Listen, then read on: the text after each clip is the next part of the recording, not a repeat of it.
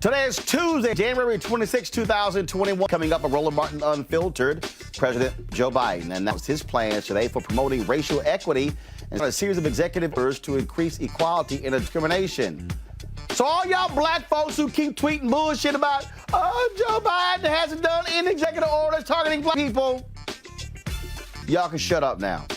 Vice President Kamala Harris got her second vaccination today for the COVID-19 vaccine. Also, an Ohio senator who said blacks are more susceptible to COVID-19 because of poor hygiene will now lead Ohio Senate health panel. Really?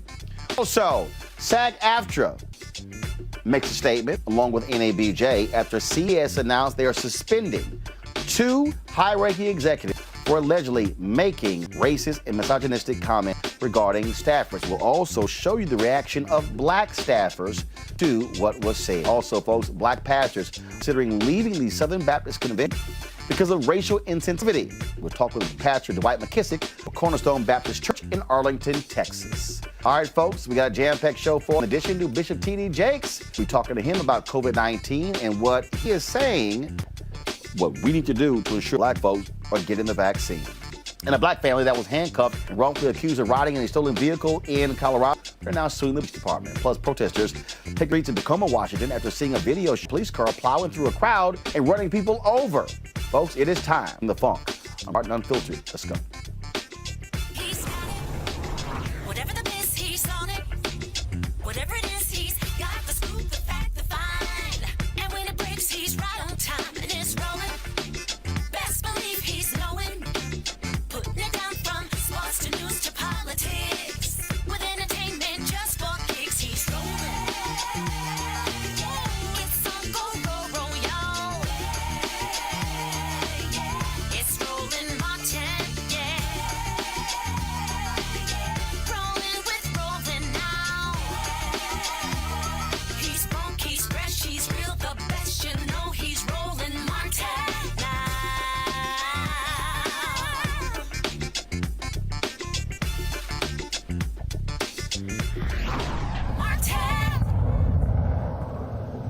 Today, President Joe Biden signed 4 new executive orders aimed at improving racial equity in America. Each of his acts are expected to lay the groundwork for improvements in discriminatory housing practices, government-tied private prisons, tribal government relations, and xenophobia against Asian Americans due to COVID-19. This is Joe Biden speaking earlier today. In my campaign for president, I made it very clear that the moment it arrived as a nation where we faced deep racial inequities in America and systemic racism that has plagued our nation for far, far too long. I said that over the course of the past year that the blinders have been taken off the nation, the American people. What many Americans didn't see or had simply refused to see couldn't be ignored any longer. Those 8 minutes and 46 seconds that took George Floyd's life opened the eyes of millions of Americans and millions of people around all over the world. It was the knee on the neck of justice, and it wouldn't be forgotten. It stirred the conscience and of tens of millions of Americans. In my view, it marked a turning point in this country's attitude toward racial justice. COVID-19 has further ripped a path of destruction through every community in America, but no one has been spared. But the devastation in communities of color has been nothing short of stunning. Just look at the numbers. 40% of frontline workers, nurses, first responders, grocery store workers, are Americans of color, and many are still living on the edge. 1 in 10 Black Americans is out of work today. 1 in 11 Latino Americans is out of work today. 1 in 7 households in America, about 1 in 4 Black, 1 in 5 Latino households in America, report that they don't have enough food to eat in the United States of America. Black and Latino Americans are dying of COVID-19 at rates nearly 3 times that of white Americans. And it's not white Americans' fault, but just a fact. And the Americans now know it, especially younger Americans. It's just been weeks since all of America witnessed a group of thugs, insurrectionists, a political extremist and white supremacist violently attack the capital of our democracy. And so now's the time to act. It's time to act because that's what the faith and morality call us to do. Across nearly every faith, the same principles hold. We're all God's children. We should treat each other as we would like to be treated ourselves. We have never fully lived up to the founding principles of this nation, to state the obvious. All people are created equal and have a right to be treated equally throughout their lives. And it's time to act now, not only because it's the right thing to do, but because if we do, we'll all be better off for it. For too long, we've allowed a narrow, cramped view of the promise of this nation to fester. Just imagine if more incredibly creative and innovative, how much more creative and innovative we'd be if this nation held the historic. In my campaign for president, I made it very clear that the moment it arrived as a nation. All right, folks, been a slight technical difficulty there, so we'll work through that to figure out what went on there. We'll try to play the rest of that. These executive orders, again, President Joe Biden signed these executive orders on Wednesday and Thursday. Now you have these executive orders here. He also said time for the United States to no longer be in the private prison business, overturning a decision made by Donald Trump White House. You might remember President Barack Obama and Attorney General Eric Holder made it clear the U.S. was getting out of that business as well. So let's talk all of that with our panel right now. We have, of course, Candace Lee, legal analyst, and F. Lee Francis, the Federalist Society, and later we'll be joined by Misha Cross, political analyst and Democratic strategist. Candace, I'll start with you. It's amazing. I had some crazy person who's really clueless sent me a tweet. Where are the black specific executive orders? I had some fool today sent me an email whining and complaining, and I kept saying, well, first of all, y'all need to realize a lot of stuff that y'all calling for, you can't do it by executive order. You have to actually do by passing the laws, okay? But let's talk about this here, the actions he took today, the private prison action, and let's talk about these other executive orders. Your thoughts on what he signed today? Yeah, well, the private prison action, let's talk about that. I mean, the government should not be in the business of private prison, because what's happening is that people are going to look at this and they're going to say, well, of course, this makes sense that the government would have their hands in the private prison and connect it to the policing and the state of the police system now and what's going on.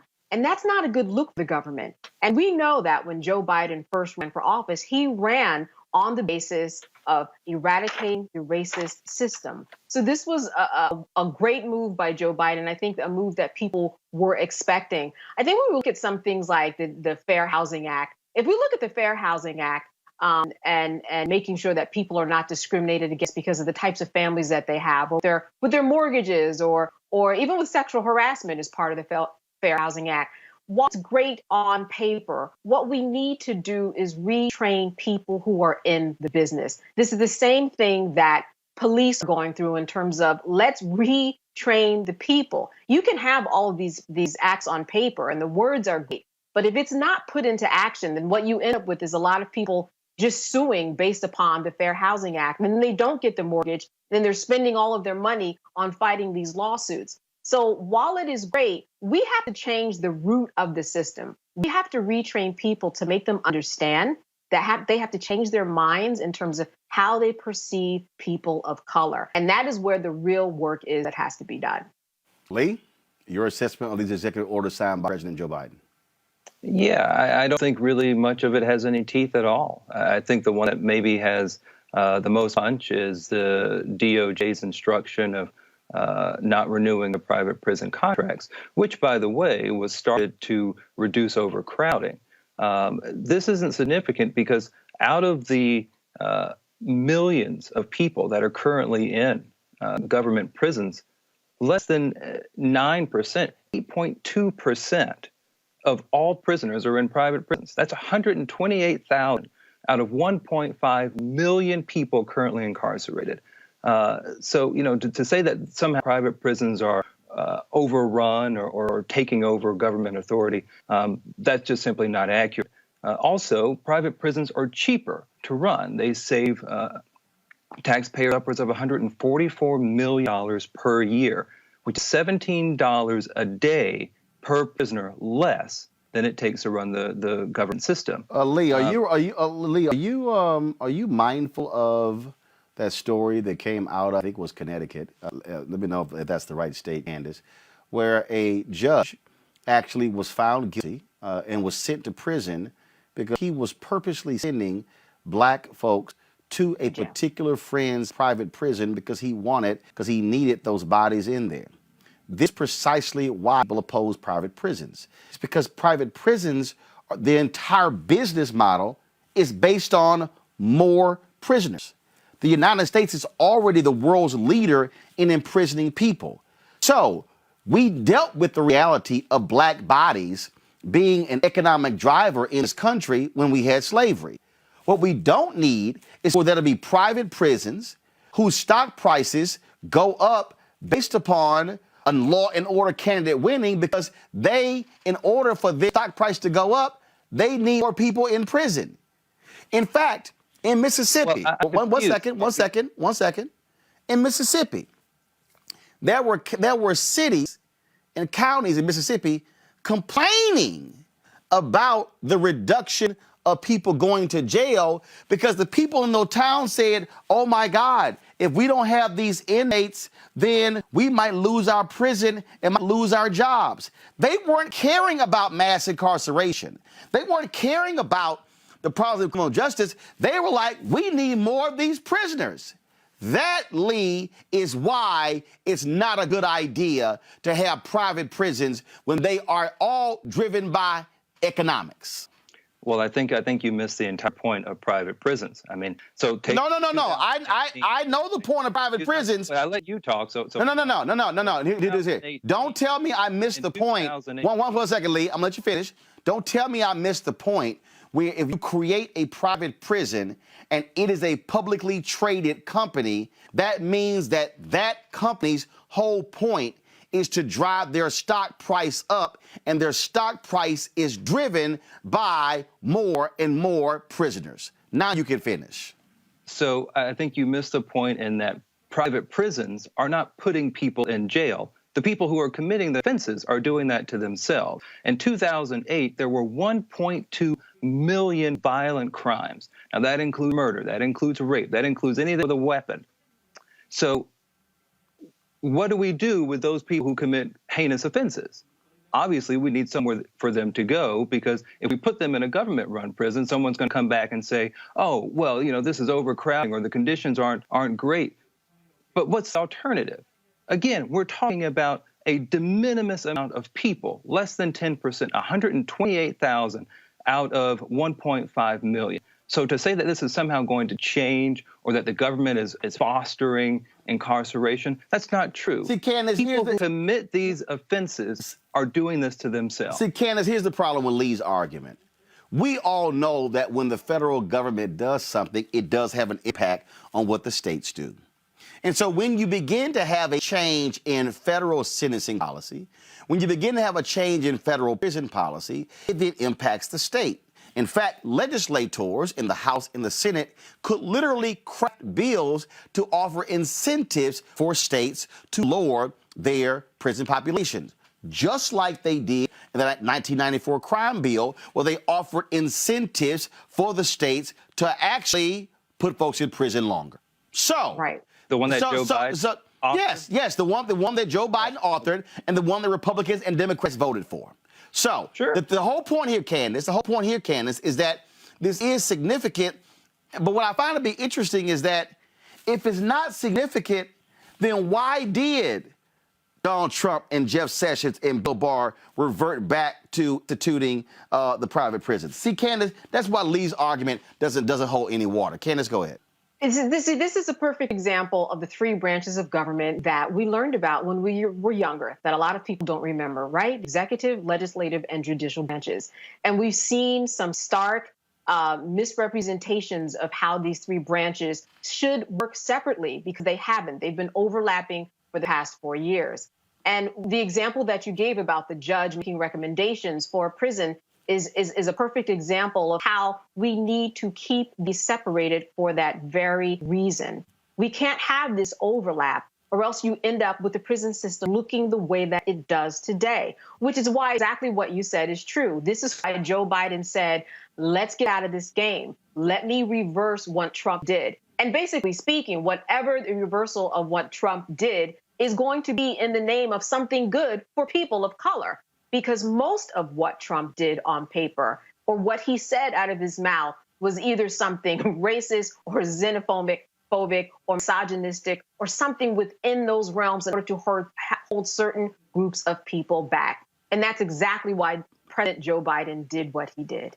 Please explain to me, Lee, how these executive orders won't do anything. So you're saying the housing executive order is just sort of irrelevant? Well, so before I get to that, we need to get the constitutional issues right here, because while the branches are separate, they are co-coordinate branches. So they are, by default, supposed to work together. Consider, for example, an appointment. The president nominates someone, it gets advice and consent from the Senate. No, hold on. No, Lee, not all appointments. Only those appointments. No. Hold up, not Lee, not all appointments. Susan Rice, who Biden picked part of his team, did not have to go before the United States Senate. So the Senate does not advise and consent on all appointments. It's only a select. No. Lee, you literally just said. I never said that a presidential. I said with appointments. I think we've got to listen to what the Lee, we heard what you said, but we know the Constitution, Lee. I'm asking about the housing. I'm asking about housing. Again, so when you say these executive orders don't mean anything, really? So you just they mean nothing. Are you saying that the executive order signed today won't have any impact on the issue of racial equity? So let's look at the language of the actual executive order. So when we look at the fair housing order, the order that he sends to HUD, it says that it is to examine the effects of the Trump executive orders. So that isn't somehow, and it goes on to say to increase compliance with the Fair Housing Act. These aren't anything new. This isn't a new law. Wait. You said it's not anything new. Did you forget when Ben Carson, the Secretary of HUD, when they actually told states that in the cities they did not have to submit their plans and abide by the rules of the Obama era when it comes to ending patterns of housing discrimination? Did you forget that?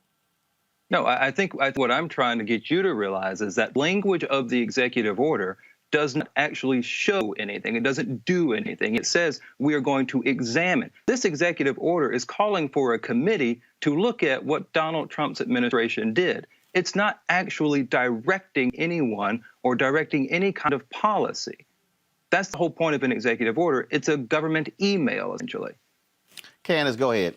What it does do is it reinforces what is on paper. And that's what we often have to do, whether it is the Civil Rights Act. You know, for example, we think about applying for a job, right? When you apply for a job, at the bottom of the application, it normally says that we are, an equal opportunity employer. But on the other hand, we have EEOC, which deals with issues that have to do with employment, and it's rife with lawsuits and concerns from people who feel like they have and have been discriminated against. So I understand what you say by, hey, we have these things on paper, but with the same token, we need to examine these things that are on paper to see if they are working, if they are not working, and what we need to do in order to make them work. All of these things that are on paper need a little bit of oversight because nobody was watching them for the past 4 years. Well, we certainly know that has been the case. So bottom line is this here. These are the early actions being taken by the Biden administration, and we certainly are going to be following more of these. All right, folks, today, in a huge contrast from obviously Donald Trump and his minions, Vice President Kamala Harris received her second dose of the COVID-19 vaccine. Harris was in the shot at the National Institutes of Health live on television. She was joined by her husband, Jim Hoff, NIH Director Francis Collins, and Dr. Annie Fauci. Y'all can play the video, please. Who's the nation's top infectious disease expert. Yes, I'm ready. Okay.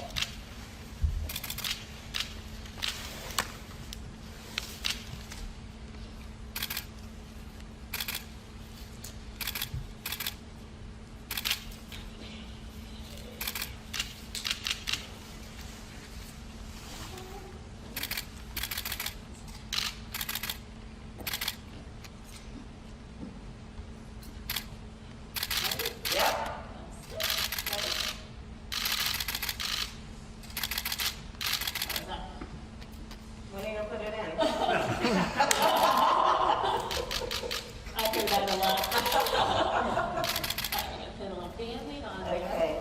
Thank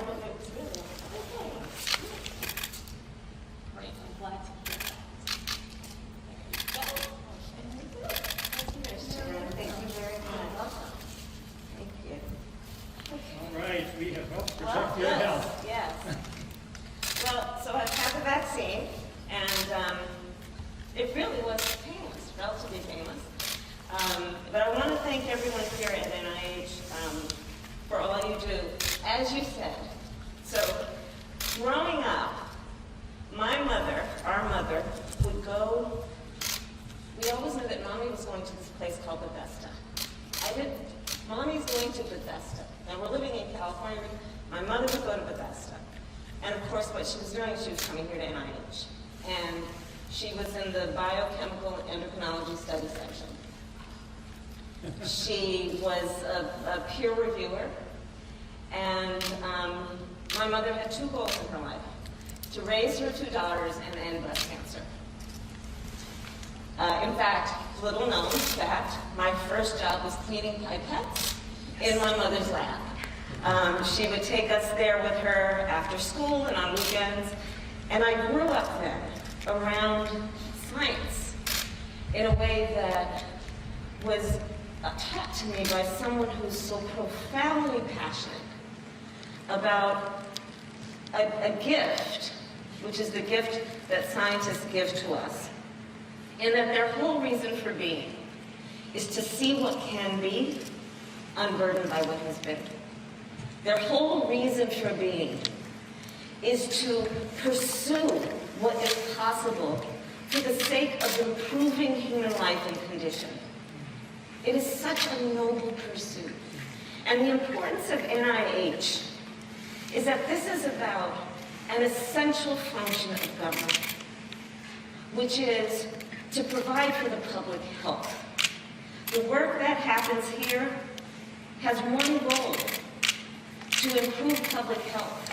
And the importance of the pursuit of the work that happens at NIH is it's not about profit, it's about the people.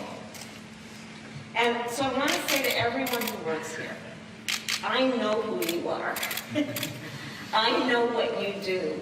I know that you work around the clock with those experiments that have to be checked on every few hours, and they don't care about what time it is on the clock.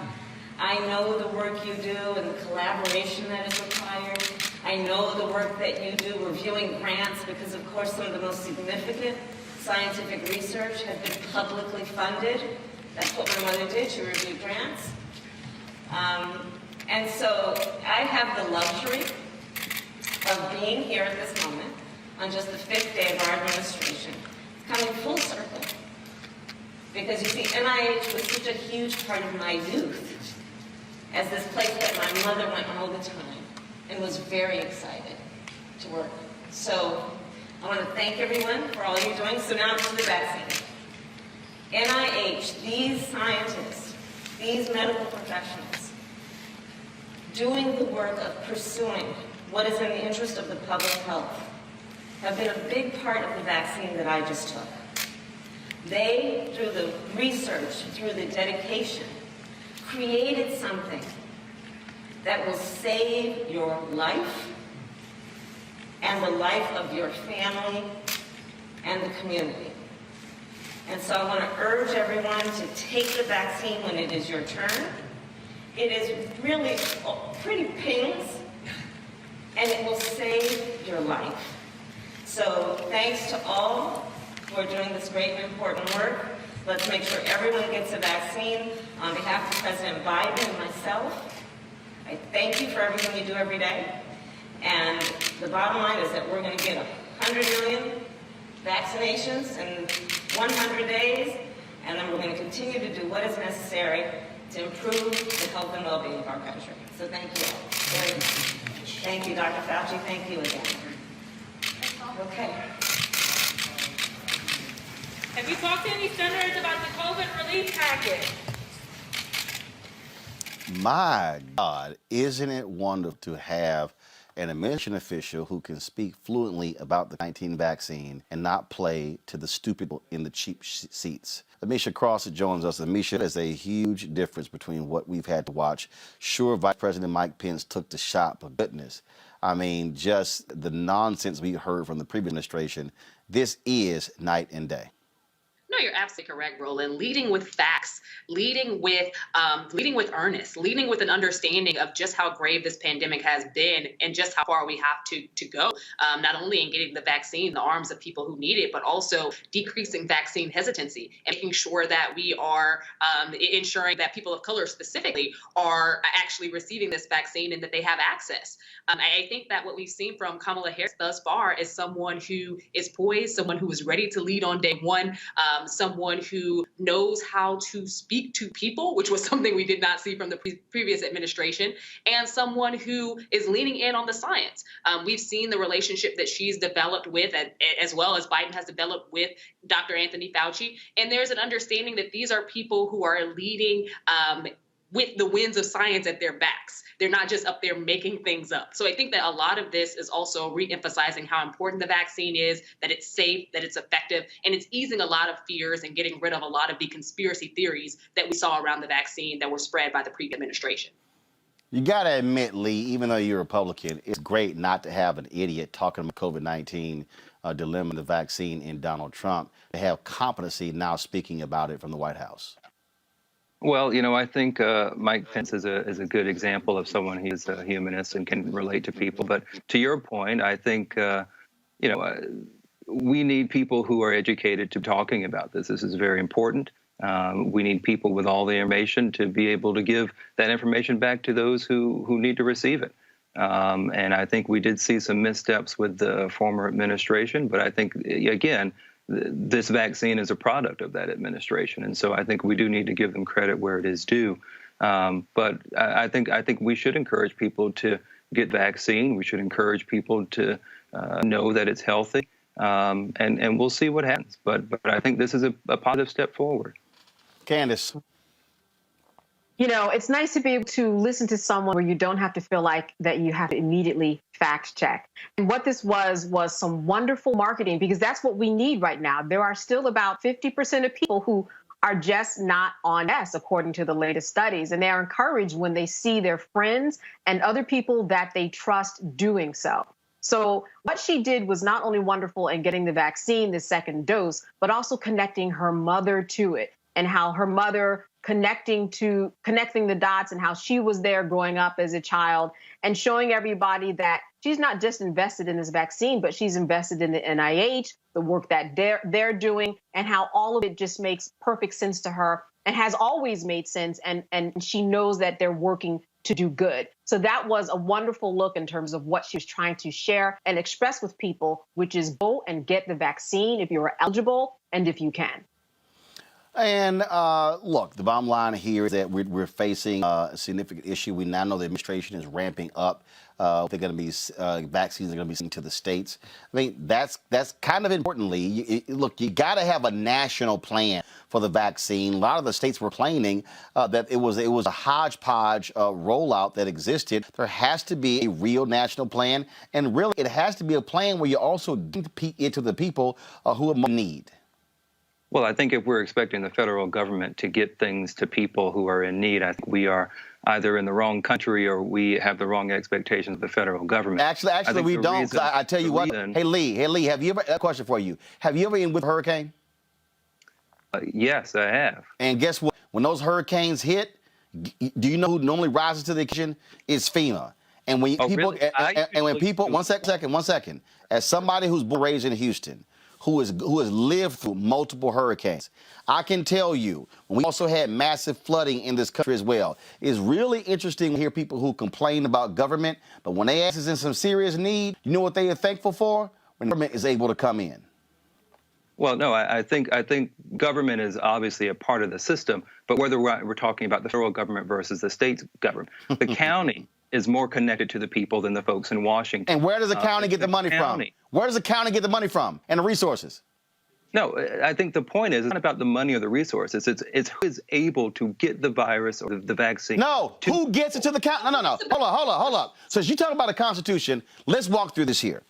If you're the county, who do you go through to get it from?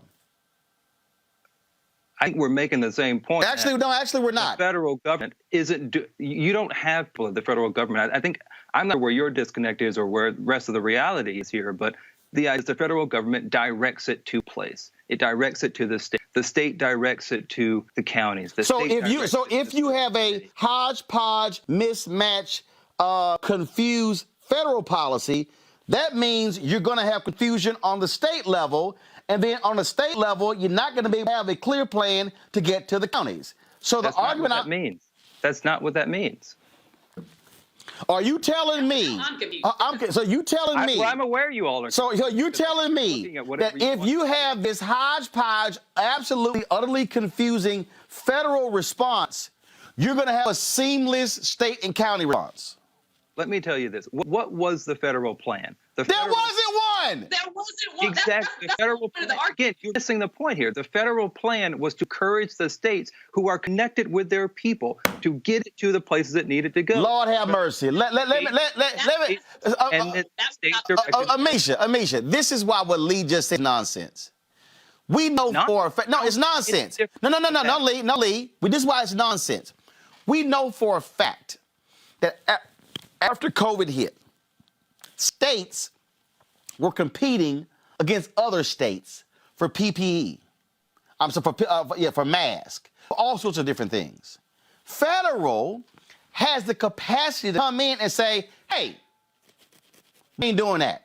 You're not going to charge 9 times more in Maryland, but because it was such a need, New York says, we'll pay more than Maryland. So you have massive price gouging. So what the federal government is able to do, Amisha, they're able to come in and say, federal is now here. We're going to level this whole deal off. We're going to acquire massive amounts, and then we will then distribute to the states based upon need as provided to us by those officials. Now, when you're the governor, you then say to your counties, provide for me what your needs are, so when I go to federal folks to ask for stuff, I know your needs. Then the county judges, like those in Texas, will then say to the city mayors, let me know what your needs are, so then when I go to the state has a real idea what to ask the feds. But at the end of the day, if you have federal folks saying, states, y'all do whatever y'all want to do, you're going to have mass damn fusion all over the country, and that's what we have right now.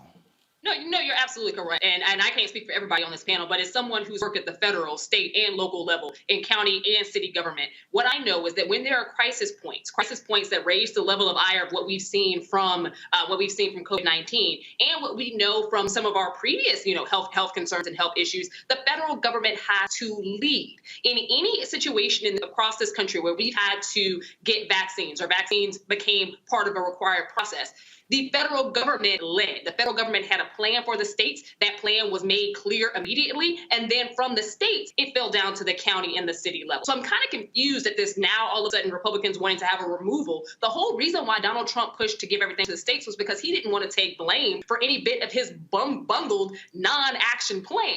And I think that what you have to realize here, inherent in this argument, is a misunderstanding by many Republicans who repeat these Trump rhetoric points, is that this is not how our government is supposed to work. When you have these issues, and I love, Roland, that you brought up natural disasters. When you have issues that elevate to that level of emergency, it requires federal action and support for the states. Because what ends up happening is you have states competing for resources, where you have price gouging, where you have states that are going to get left behind, where you have states that will never see an allocation at all, and they're trying to figure out ways to be able to help their people. And we've seen that happen across the country in red states and blue states, and it's really affecting communities of color more than anything else. But when we're talking about the allocations that we need to see and what we need to see in terms of federal response, it matters to lead from the top. There has to be that coordination. And that's why one of the first calls that now President Biden made was 2 state governors. He was calling governors during the campaign to figure out what their needs were, because that was not happening from President Trump. He didn't care unless you were willing to cut a commercial for him and get some votes out. It's frustrating That's just that not true. people want to eradicate the process. Actually, it is true. And the reality is here, Candace, you also had Trump who's playing favorites. If you were a governor who kissed his ass, he liked you. If you were a governor who didn't, he dished you. Ask Republican Governor Larry Hogan how that went when the federal government actually seized PPE that they actually had acquired. Bottom line is here, Candace, thank goodness we're having competent people who are not afraid of leading to put in a national federal COVID-19 vaccine plan, so we're not going to deal with states competing. Well, are you going to get the Pfizer or the Moderna? How much am I going to get? What are my needs? Are all of those sort of different things. As you've said, the states are too partisan. If we take a look at what happened with the governors of, let's say, Florida, right, or even South Dakota, we see how governors responded directly correlated with the number of people that had COVID, and cases go up astronomically. We cannot leave it up to the governors because they're too busy playing politics, which is why, like you said, we need somebody to come along like a Joe Biden and a Kamala Harris to say, this is going to be the national plan. And this is not new. As you said, the federal government comes in and they make rules where people cannot manage themselves often, whether it's FEMA, whether it's different, other laws that we all have to abide by. Okay, there are federal laws, and the government makes them when states cannot do them for themselves. We need to understand that different states can't have different laws when it comes to gay marriage, for example, which is why when the Supreme Court spoke or when different parts of the government speak, they make national law so that everybody can be on the same accord. There's no sense in New Jersey having. That's not what happens. The Supreme Court created a law that didn't exist in Obergefell, and states did have different rights when it came to marriage. Well, so that's okay, all right. Here's the deal. Here's the deal. First of all, we ain't talking about gay marriage, and bottom line is, it's law. The fact of the matter is this: what Candace said, Lee, you can try to latch onto that one. What Candace is saying is that when you have a national disaster, that's the perfect place for the federal government to lead. Finally, we are seeing leadership come out of 1600 Pennsylvania Avenue, because all we had before was somebody who did not want to have any blame, who downplayed the whole deal, who actually said, oh, we have 15 cases, we're soon down to 0. And you had Larry Kudlow who said, we pretty much have this whole thing contained. 400,000. So do we forget the comments that Governor Cuomo said, Governor Newsom, thanking the Trump administration for their quick reaction? Guess what? That's fine. Because those are Democratic governors. But also, and I already said, Donald Trump desired governors who kick their ass to get stuff, and that's what you were dealing with. And guess what? Now you don't have to kick up to Trump and soothe his ego to get what's right, because now you have people who don't need their asses kissed to do what's right. Thank goodness. That's why the 81 million did what was right, and the 74 million can go kick rocks. One of the issues we're also dealing with right now, folks, is how do we get people to actually believe in science and take the COVID-19 vaccine? Bishop T.D. Jakes, I sat down today, had a conversation about this, and what he is doing to get people to understand, to have the right information and not be victims of misinformation when it comes to the vaccine. Bishop Jakes, always good to see you, talk to you. Say hello to all my folks there in Dallas. I still own a home there. My parents are there, and, I've only been able to see them one time since the pandemic. I flew to Dallas. I'm still registered to vote there. I flew there in October, got to see my parents first time, and this has really been so difficult on lots of people. We're used to family reunions. We're used to Thanksgiving and Christmas and birthdays and anniversaries. And so for you, for someone who travels way more even than I do, how have you had cope with this?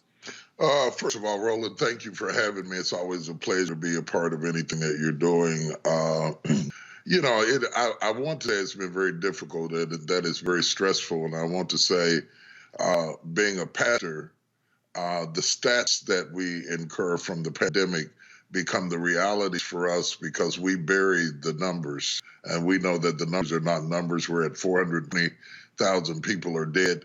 they turn into funerals for us. So we see the families, we see the pain, we see the tragedies, and we're trying to service them through mask and social distancing and feed families without touching families who are grieving.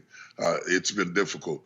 But I'm a little reticent to really say that, because when I look at the families themselves and realize how harder it's been for them than it has been for me, I'm embarrassed to complain about any inconveniences or pain that I had. My children are healthy, my wife and I are healthy, and all in all, we came out well. But the reality is we all are impacted. Our churches are impacted. We're not having in-person services. Our businesses are suffering, all those different things.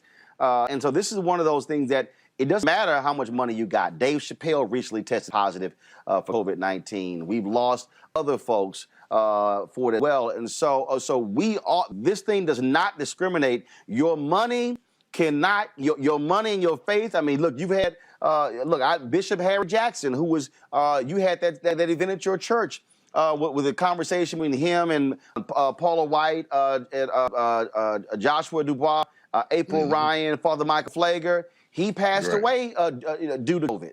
And so it doesn't discriminate.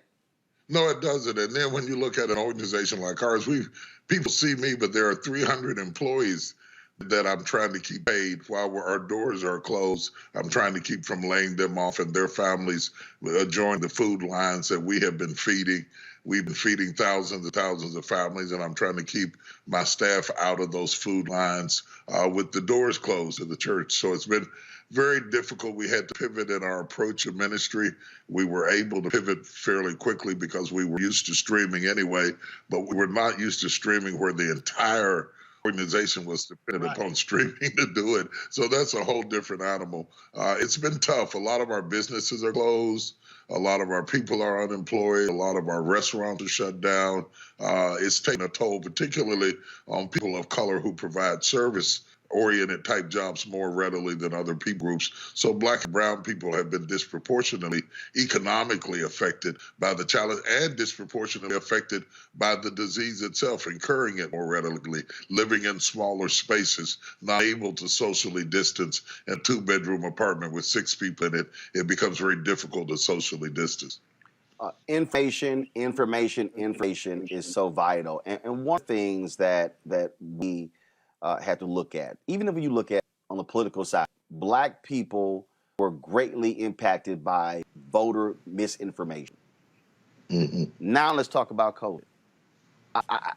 Bishop, it is stunning to me what I am hearing from our people. The comments when we talk about a vaccine. Oh God, no! I mean, Henry Hank Aaron just passed away. Took a COVID shot. People are like, oh, that's it. COVID. The shot killed him. So, how are you, as a leader, now dealing with this in terms of getting our people to understand that disproportionately more of us have died of COVID than anybody else? In the medical arena, nearly 30% of the medical workers who have died are Black. How do we deal with this fear of Black people and this readiness to latch onto these conspiracy theories and misinformation, and folk bring up Tuskegee and everything else? How are you dealing with that?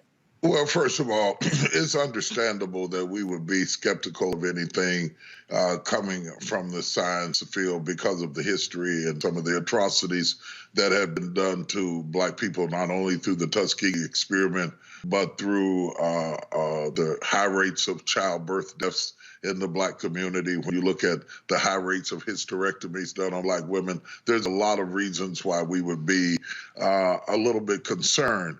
But what we are after more than anything is truth. You know, Jesus said, you shall know the truth, and the truth shall set you free.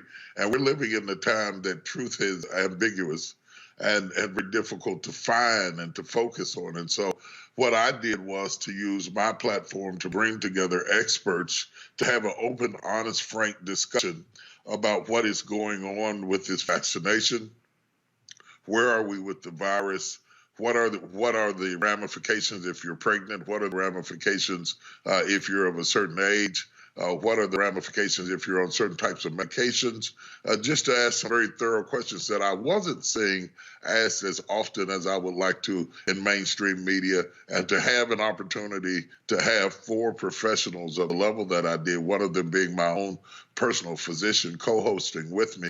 We were able to really get down to the bottom of some things, and I put it on my YouTube channel so that anybody could go to it and access it and then make their own informed decisions. I'm not trying to tell people what to do. I'm just exposing them with the kind of information that helps them to make informed choices. This, to me, I really believe, Bishop, for those of us who our people look up to, this is probably going to be one of the biggest challenges we've ever faced. Trying to fight the fear and the misinformation. And we know Black folks trust more from a Black source. The studies don't lie. Black people get better care from Black doctors and Black medical professionals than anyone else. And one of the things that I did with my show from the moment COVID hit, and we probably, I dare say, have done 80 to 100 COVID segments. I purposely put on Black experts from HBCUs, Black doctors, Black infectious disease specialists. I wanted our people to see African Americans speaking on these issues. And that also, I think, is just important. Having Black experts say, hey, we feel y'all, we're in this, but we're the experts. Listen to us on this. That's one of the reasons I had Dr. Kizmikia Corbett to be on the panel, because she was one of the epidemiologists that created the vaccine and happens to be a Black woman and happens to be a Black woman of faith. And I brought her on because I thought that she would add credibility to the discussion, that she could dispel myths about the vaccine, that she could help us to walk through the process. And then Dr. Agu, I went through the opposite side, Yale University, not connected to anybody related to Dr. Fauci, so that we could get different people from different streams of consciousness to weigh in an objective way and have a holistic conversation about what does it mean to take the vaccination, what does it mean to not take the vaccination, and what are the consequences of the choices that we're about to make. This conversation, those experts, Dr. Anthony Fauci is also a part of that. We have seen how people greatly respect him and what he has to say. And that's also vital, because our people also, and why he should do those things, because our people need to also realize that we can pull in those experts as well and pair them with our experts, and we're getting the best information, the latest up-to-date information to keep our folks informed. That's exactly what we're trying to do. The other thing that we're fighting is that the vaccination has become politicized. I don't know how it became politicized, because both the right and the left have agreed about the vaccination. From the Trump administration to the Biden administration, they've agreed about the vaccination. We haven't agreed about anything else. We've agreed about that. But now that has become politicized. And this politicization of masks and everything else has just become redundant and reprehensible, because while we are debating about our particular political persuasions, people are dying, Black, white, and brown, at disproportionate rates, more than what have died in World War II. When you look at that many Americans dying just in America alone, we have to get on one accord about this. It's imperative, and we don't have long. We have to do it quickly. Right. Well, and look, as somebody who covers politics, part of this was also when I look at all of the analysis coming out of the White House, where there were people who were trying, the experts trying to get Donald Trump to say no, push wearing masks. His whole deal was, and even they showed him polling. His own poster said this actually helps you. He said my is not going to like it, not going to do it. When it became that political, when it became all about, oh, red states, open them up. We don't want y'all wearing masks. It's y'all blue states who are causing the problems. That was the moment when a president has to set aside partisanship and say, no. I'm leading the country. I'm not leading red states. I'm leading red and blue. I'm not leading Republicans. I'm leading Republicans and Democrats because, and I've said this to conservative black pastors. E.W. Jackson out of Virginia stood up there and said, God is going to protect me from COVID. He later to positive. Yeah. And I keep saying, y'all, the Lord also sent doctors. Right. Well, so listen to them. We've had a lot of preachers to die. A lot. I've had a lot of preachers to die. Some of them were friends of mine. Some of them were people I've known for years. And we have to understand that faith without works is dead, being alone. You can have great faith, but you still have to have works. If you have a heart attack, you still call an ambulance. If you break a leg, you still have the bones set. That doesn't negate that you have faith in God. And I think it's important that we dispel all of those kinds of myths. It's unfortunate that we've been down the political road, that we've been down unprecedented, unlike anything I have ever seen in my entire life. But we also have a pandemic that did not care about whether the state was red or blue. And some of those states that were red and bragging about their freedom and their freedom to make their own choices, their freedom led to a spike in the rates and became so reprehensible that thousands and thousands of people died because the virus doesn't stop at red. It doesn't stop at blue. It doesn't care if you're independent. It doesn't care if you're an atheist, agnostic, a believer. It doesn't care whether you speak in tongues. Indiscriminatively, it is looking for a host, and your body is a host. And if somebody breathes, sneezes, sings, shouts around you, and you are not protected, you can be infected. And you're right. We've lost great people. Harry Jackson was a dear friend of mine. We didn't always agree about everything, but we were great friends. It's such a tragedy to lose him at a moment that he just got married again. He was happy. He was excited. He was a cancer survivor. He beat cancer twice, and then we lost him. And it was just really sad to see. Anytime we lose anybody, we can't divide. And historically, you know, black people didn't do this. We didn't divide about everything and fight about everything. There was an underlying loyalty that existed in our community when I was growing up that is fading away now. We cannot take on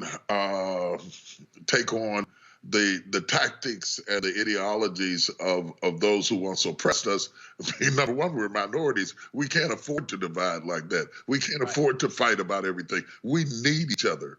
We need a Roland Martin. We need Don Lemon. We need T.D. Jakes. We need Noel Jones. We need everybody we've got in order to survive everything else that's fighting us, killing us, shooting our kids, shooting us down in the street, breaking in our house and shooting us in our own beds.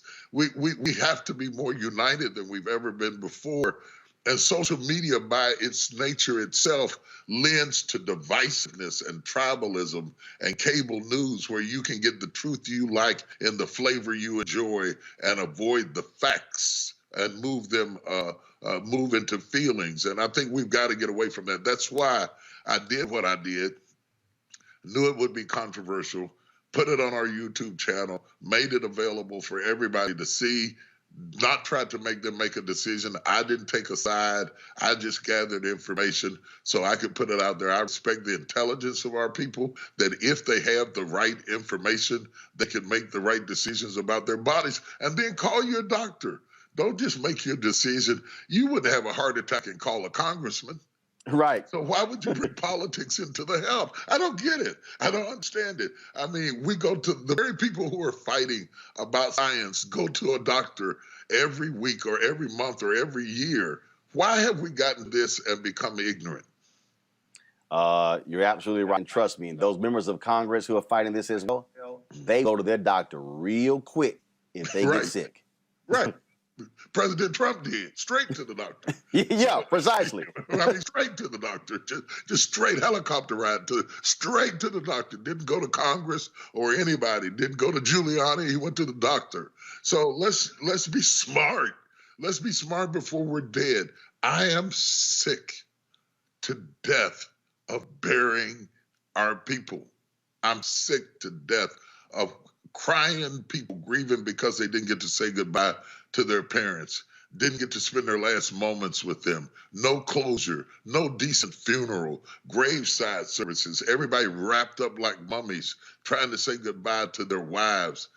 This is what this is going to do for the next decade to the emotional well-being of American people in general will have long-lasting effects. The trauma is going to last after the virus is gone. The quicker we get past this, the quicker the economy gets up, the quicker we get back to our normal lifestyles, our churches open, our things we like to do, golfing, fishing, going to movies, going to a club, whatever you're into, becomes available to you on the other side of this pandemic. And so anything that will get us to the other side, we need to study it open-mindedly. All right, then. Well, Bishop T. Jakes, we certainly appreciate it. Give my best to your wife, and I'll tell my preacher wife you said. Yes, give her my best. Bless you. Good to see you again. Thanks a lot. Take care. Bye-bye. This is going to be a critical issue, Candace. Bottom line is Bishop Jakes and others this morning. Tyler Perry was on the CBS Morning Show. He took that dose of the Pfizer vaccine. And look, as we talked about there, I understand people's ambivalence, their concern, but the bottom line is this here. If you tell me a choice between taking a COVID-19 vaccine and risking death from COVID-19, and just for everybody out here, I need people to understand how significant this is. We can't fall for this, I'm, if you're young, I'm gonna go ahead and chance this. No. Let me show you here. I literally just got the text message. Literally just got it. And I knew, brother. Go to my iPad. This is from Mark Jones of ESPN. Heavy heart today. We lost a good COVID. Sekou Smith of NBA TV and NBA was a brilliant fighter, a positive. He's gone home to be with the Lord. Philippians 4:4. This is another photo. This is another photo here. Mark Spears posted this. Y'all, Sekou was in his early 40s. I knew Sekou through National Association of Black Journalists. COVID, this is life to COVID. You tell me if that brother wanted to take that vaccine a month ago. That, to me, Candace, is what we are dealing with. And I am not going to play games with these black folks who want to get caught up in all conspiracy nonsense and this whole BS. They're trying to take us out. COVID has already taken us out. Yeah. When you look at the numbers, it's in there. You cannot beat the numbers, and you cannot beat someone like Sekou and say, hey, he looks like he's in pretty good health. As you said, in his 40s. So it doesn't have anything to do with age. It doesn't have anything to do with politics. It doesn't have anything to do with race or what shape you are in. This COVID is not discriminating. So if there's opportunity for you to get the vaccine, which we would have had the opportunity had there been stronger and more coherent leadership, then get it. Then get it. You're not only saving your life, but you are saving someone else's. And lest we forget about this second strain that's coming in, right? Already, I'm in New Jersey. We have a couple of people who have the strain. We don't know what's going to happen. So we definitely need to take advantage where we can and take it seriously and stop coming up with these theories. But this is what's happened in the past when we've gotten different types of vaccines, right? Whether it's smallpox, whether it's measles, whether it's chickenpox, people have fought historically. So this is not new, but we should learn from the lessons that we have already gotten and move and understand that we need to be sitting in those chairs as soon as we get the opportunity to do so. And look, Lee, there are people, I already see somebody asking on YouTube, do you have a comorbidity? There are a bunch of people who are healthy as hell, who are healthy. I remember reading a story, white guy, triathlete. I think it was in Boston. This guy was so close to death. They had no idea how, this was March or April last year. Guy was in the hospital like 42 days. They had no idea how to see this guy. They were trying everything. This is a person who was in tip-top shape. He came that close to dying of COVID. The basketball player from the University of Florida, was Florida State. They were playing Florida State. He had COVID this summer. Comes down, massive dunk, coming out of the timeout, collapses on the floor, serious condition, later got released. He almost died. This is a Division I athlete who was a projected top 10 lottery pick who almost died because the after effects of COVID on his heart. Folk need to, this ain't nothing to play with. Yeah, no, I think you're absolutely right. I think we learned that there was a congressman who had just been elected from Louisiana. He was 42 years old, died. He wasn't even sworn in yet. So we definitely see that, this does not, this virus doesn't care how old you are. The only thing I'll say about that, though, is when we make statements like coherent leadership, and we try to politicize something that really shouldn't be politicized, the effect of that is we have to look and say, well, someone who's 42 years old, someone who's 18, someone who's in their 50s, arguably, would not have access to the virus, regardless of who's in power. And so I think the idea is we should try and produce as much as we can so that we can get, people who are vulnerable, those who are older in age and have pre-existing conditions. But unfortunately, I don't know that in leadership would have saved these people just because they wouldn't have even come on the chart to get the vaccine. And I think that's unfortunate. The reason I got to push back on that is because Amisha, is because if Donald Trump had taken this seriously, had you had a massive focus on masks, a marshaling of the federal government, if you had a president who was so, I'm being manly, I'm not wearing this mask, you wouldn't have the folks who are running around saying it doesn't make sense. And they did rapidly develop this. But Pfizer said they offered for the United States to buy 100 million doses. They balked at it. So Pfizer went to other countries. So the reality is, Lee, we could have bought 100 million doses from Pfizer.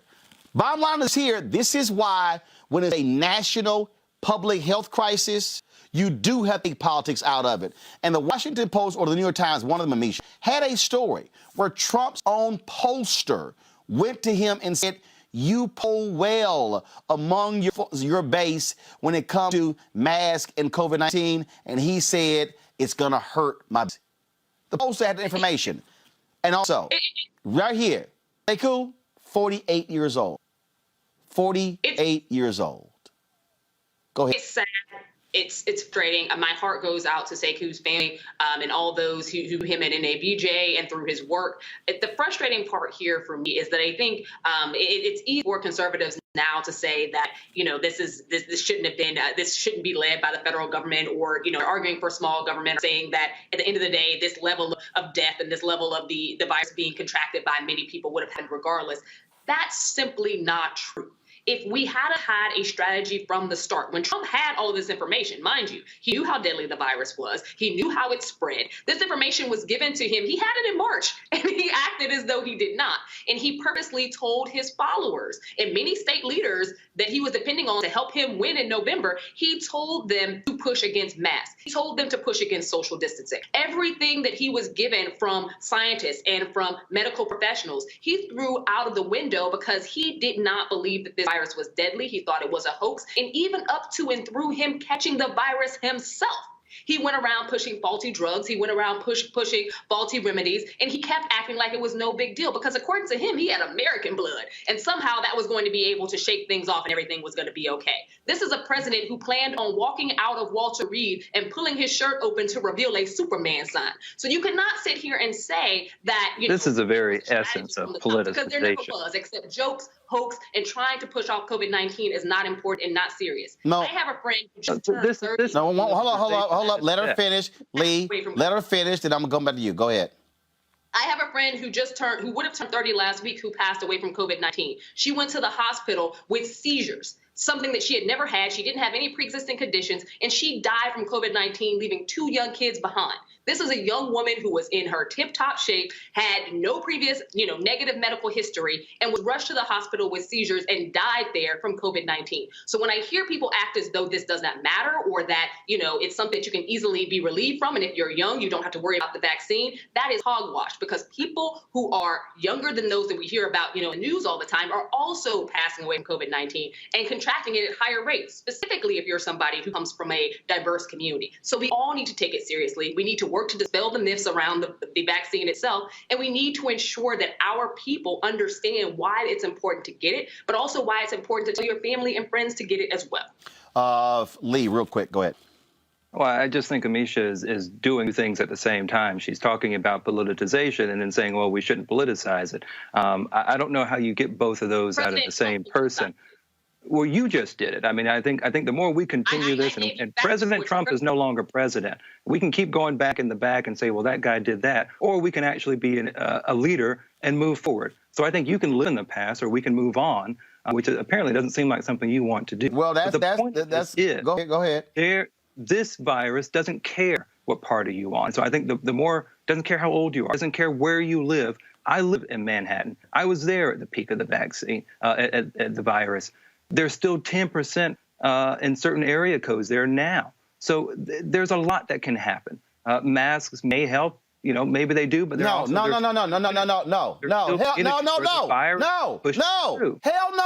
I'm not going to allow bullshit on my show. You are not going to say masks may help. Masks do help. Well, explain to me, Roland, again, I'm not Lee, I'm not debating Lee, we're not debating mask. It's no debate. I'm not debating. No. So, no. I'm not going to allow mask may help. Mask do help. Now move on. So with masks, there's still an increase in the virus. There's still thousands of people getting it a day in New York City. Because listen, if you Lee, you said that, Lee, the availability of a mask means nothing if you don't wear it. If you do wear it, you can't wear it on your chin. Okay? So here's my whole point. Folks that out has nothing to do with your political party. No, everybody in New York ain't Democrat. I didn't say that they were, and I don't know why you. Lee, bottom line is this here. Bottom line is this here, Lee. We had to deal with for almost a year of a person in the Oval Office refusing to wear masks, telling reporters take your mask off. Excuse me. No, he didn't. No, he didn't. What are you talking about? Lee, please, Lee, him wearing a mask in a couple of videos at Walter Reed and taking it off is not wearing a mask. Donald Trump, it is undeniable, did not want to wear a mask. He told reporters to take your mask off. He got upset when they left it on. He said, I can't hear you. Reporters said, I'll talk louder. They also did not require it in the White House. The White House was a COVID hotspot, bruh. Just stop it. I hear you, but again, don't make statements that aren't true. Okay, listen. That's Donald Trump wearing a mask is the equivalent of a dude saying, I wore a condom when he wore it one time, but the other 364 days out of the year, he had unprotected sex. You ain't gonna get credit for that one damn day. Candace, go ahead. Candace, go ahead. Apparently, you're not doing it. Lee, the reason why we are talking about partisan politics is because that is the groundwork that previous president laid, and that's why we are dealing with the aftermath of it. And we have to speak in these Democratic and Republican terms because of what happened with the governors, because of what happened with him talking about how his base really loves him because of his disposition on masks. He is the one who added politics to it. He planted the seeds. We're just dealing with the crazy growth that has come out of it. That's why we're talking about it in this way. Again, and the reason why we are behind is because there has not been, over the past year, a coherent effort on various mask mandates or anything having to do with PPE. If he had started that earlier, or the previous administration had started earlier, then maybe somebody like Sekou, it would have been his term to get the shot. But we're behind. So he's put so many people behind. That's the problem. We're trying to. There's so many maybes. There are so many. No. There are no maybes. They are undeniable facts, Lee. We've got to be honest here. And apparently we are not okay. No, we've been real honest here. You're the one who said masks may work. You said that. Not one of three of us. You did. I know people who work in Washington, who work at the White House, who are involved in the closeness of this kind of government. They wore masks. Mike Pence wore masks. President Trump wore masks. Well, guess what? Guess what? There was Guess what? Tell me about the guy. Tell me about the guy at the White House who got COVID, had to have his leg amputated. Tell me about other people. Tell me about Bishop Harry Jackson who survived cancer. Okay. Again, these are anecdotal stories. I'm not done. Bishop Harry Jackson who survived cancer, who went to the White House for the Amy Coney Barrett event. A few weeks later, contracted COVID. He said, tested positive for COVID, died November 9th. He tested positive on November 7th. 66 years old, he gone. He ain't here. Okay? He was praying. He was praying in the Oval Office on Easter Sunday with Trump, and Trump did not even have the decency to even say a word about that man dying. Look, Lee, we're not going to debate COVID. Here's the reality.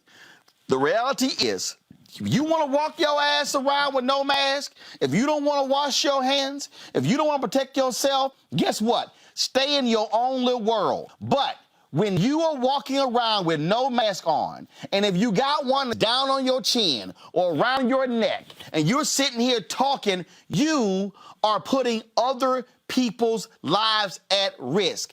If you want to kill yourself, kill yourself. Bye. But what you're not going to do is keep having these dumbass events like the folks in Maine who had a wedding because they were so damn arrogant, and 30 people at the wedding all contracted COVID. You've had whole families who've gotten COVID because folk are so dumb. No, we going to have a wedding and we not going to practice social distancing. It's dumb. It's dumb. It may very well be. I don't disagree with you. It may very well be. It is. If you have no, Lee, it's not May. Like you said, Lee, why are you using May? Let me ask you a question, Lee. If somebody decided to throw a wedding and invite 100 people, you going? Well, I can tell you I've got 2 going to this spring, but I think the idea is if you don't want Lee, how many people are going to be there? Well, I'm privy to the guest list, so I can't answer that question. But I think the point is... Hold on. You ain't asked that question? No, I haven't. You out your damn mind. I'm telling you right now. First of all, look, I had a homegirl said, hey, Roland, come to my birthday party. I said, birthday party? How many folk gonna be there? Oh, about 50. Your ass ain't gonna see Roll. Yeah, I'm not saying that that's a problem. I'm not saying that. But I think we have to understand that people still choose to do what they choose to do. And guess what? Whether I like it or not. And guess what? You've been a black conservative. You can go to the grave site of Bishop Harry Jackson and Herman Cain because they listened to that fool Donald Trump and went to them, around them, didn't put a mask on. Both of them are dead. I got to go to a break. When we come back, we're going to talk to another pastor, Pastor Dwight McKissick, about the Southern Baptist Convention and how they're about to drive black pastors out because of their refusal to acknowledge the reality of race. Plus, we'll talk about CBS suspending 2 white male executives for alleged racist and misogynistic comments. It's time for them to get fired. I'll explain more right here on Roland Martin Unfiltered. So the King movement of 1955 is the first time in a very violent civilization, Western civilization, any sizable group of people started to work to change by insisting we can use nonviolence power to create the change. Gandhi said that nonviolent power, the power of life, is the greatest and most creative power of the universe. And that if we human beings turn away from conventional wisdom towards using the gift of life, which is ours at birth, we would be surprised what the future of the human race will look like. Surely will be one of the greatest champions. Are you trying to say that as of January 20th, that President Trump will be president? Well, that depends on what happens on Wednesday. And the Kansas City Star writes plainly that he has, quote, blood on his hands. Let's have trial by combat. Jack Danforth called Hawley's objector movement a highly destructive attack on our constitutional government. It's the opposite of conservative. It's radical.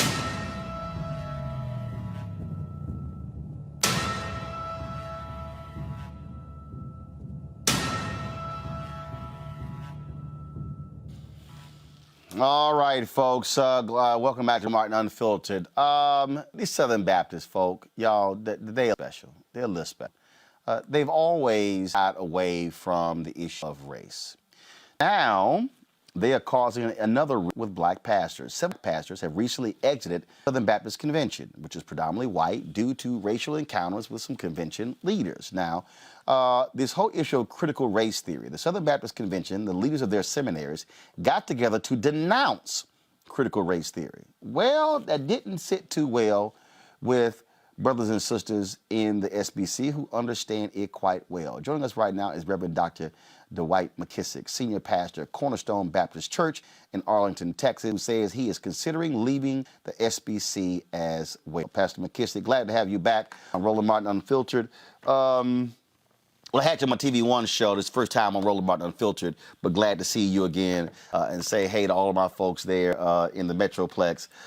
Hey, I can't get there to see them. My pastor, my brother, Ralph Douglas West, wrote a letter criticizing the SBC as well for their actions. It came to them coming out with denouncing critical race theory, saying that it was inconsistent with biblical views.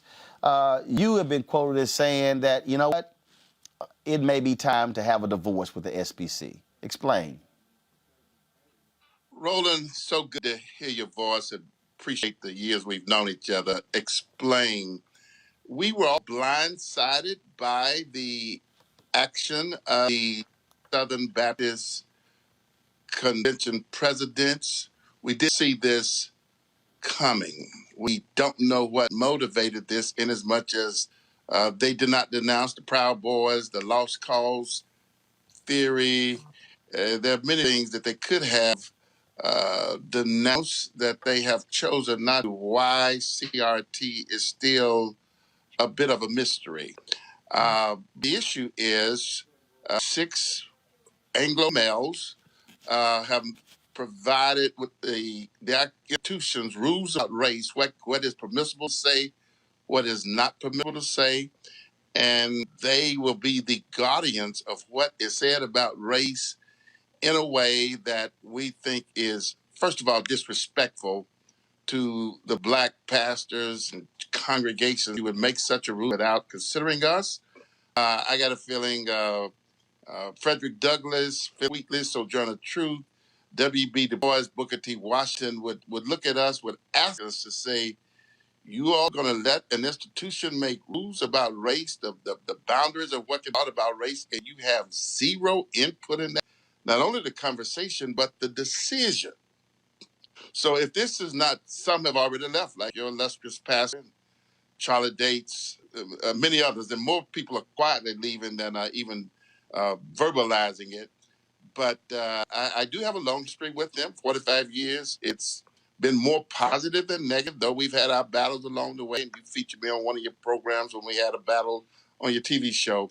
But this will be a final straw. Now, the untold story in all this, Resolution 9, they made a great decision in June 2019. Dr. Curtis Woods, who graduated from black institutions, Philander Smith in Arkansas, University of Arkansas, Pine Bluff, historical black college, went on to get other degrees at Dallas Theological Seminary, Southern Seminary.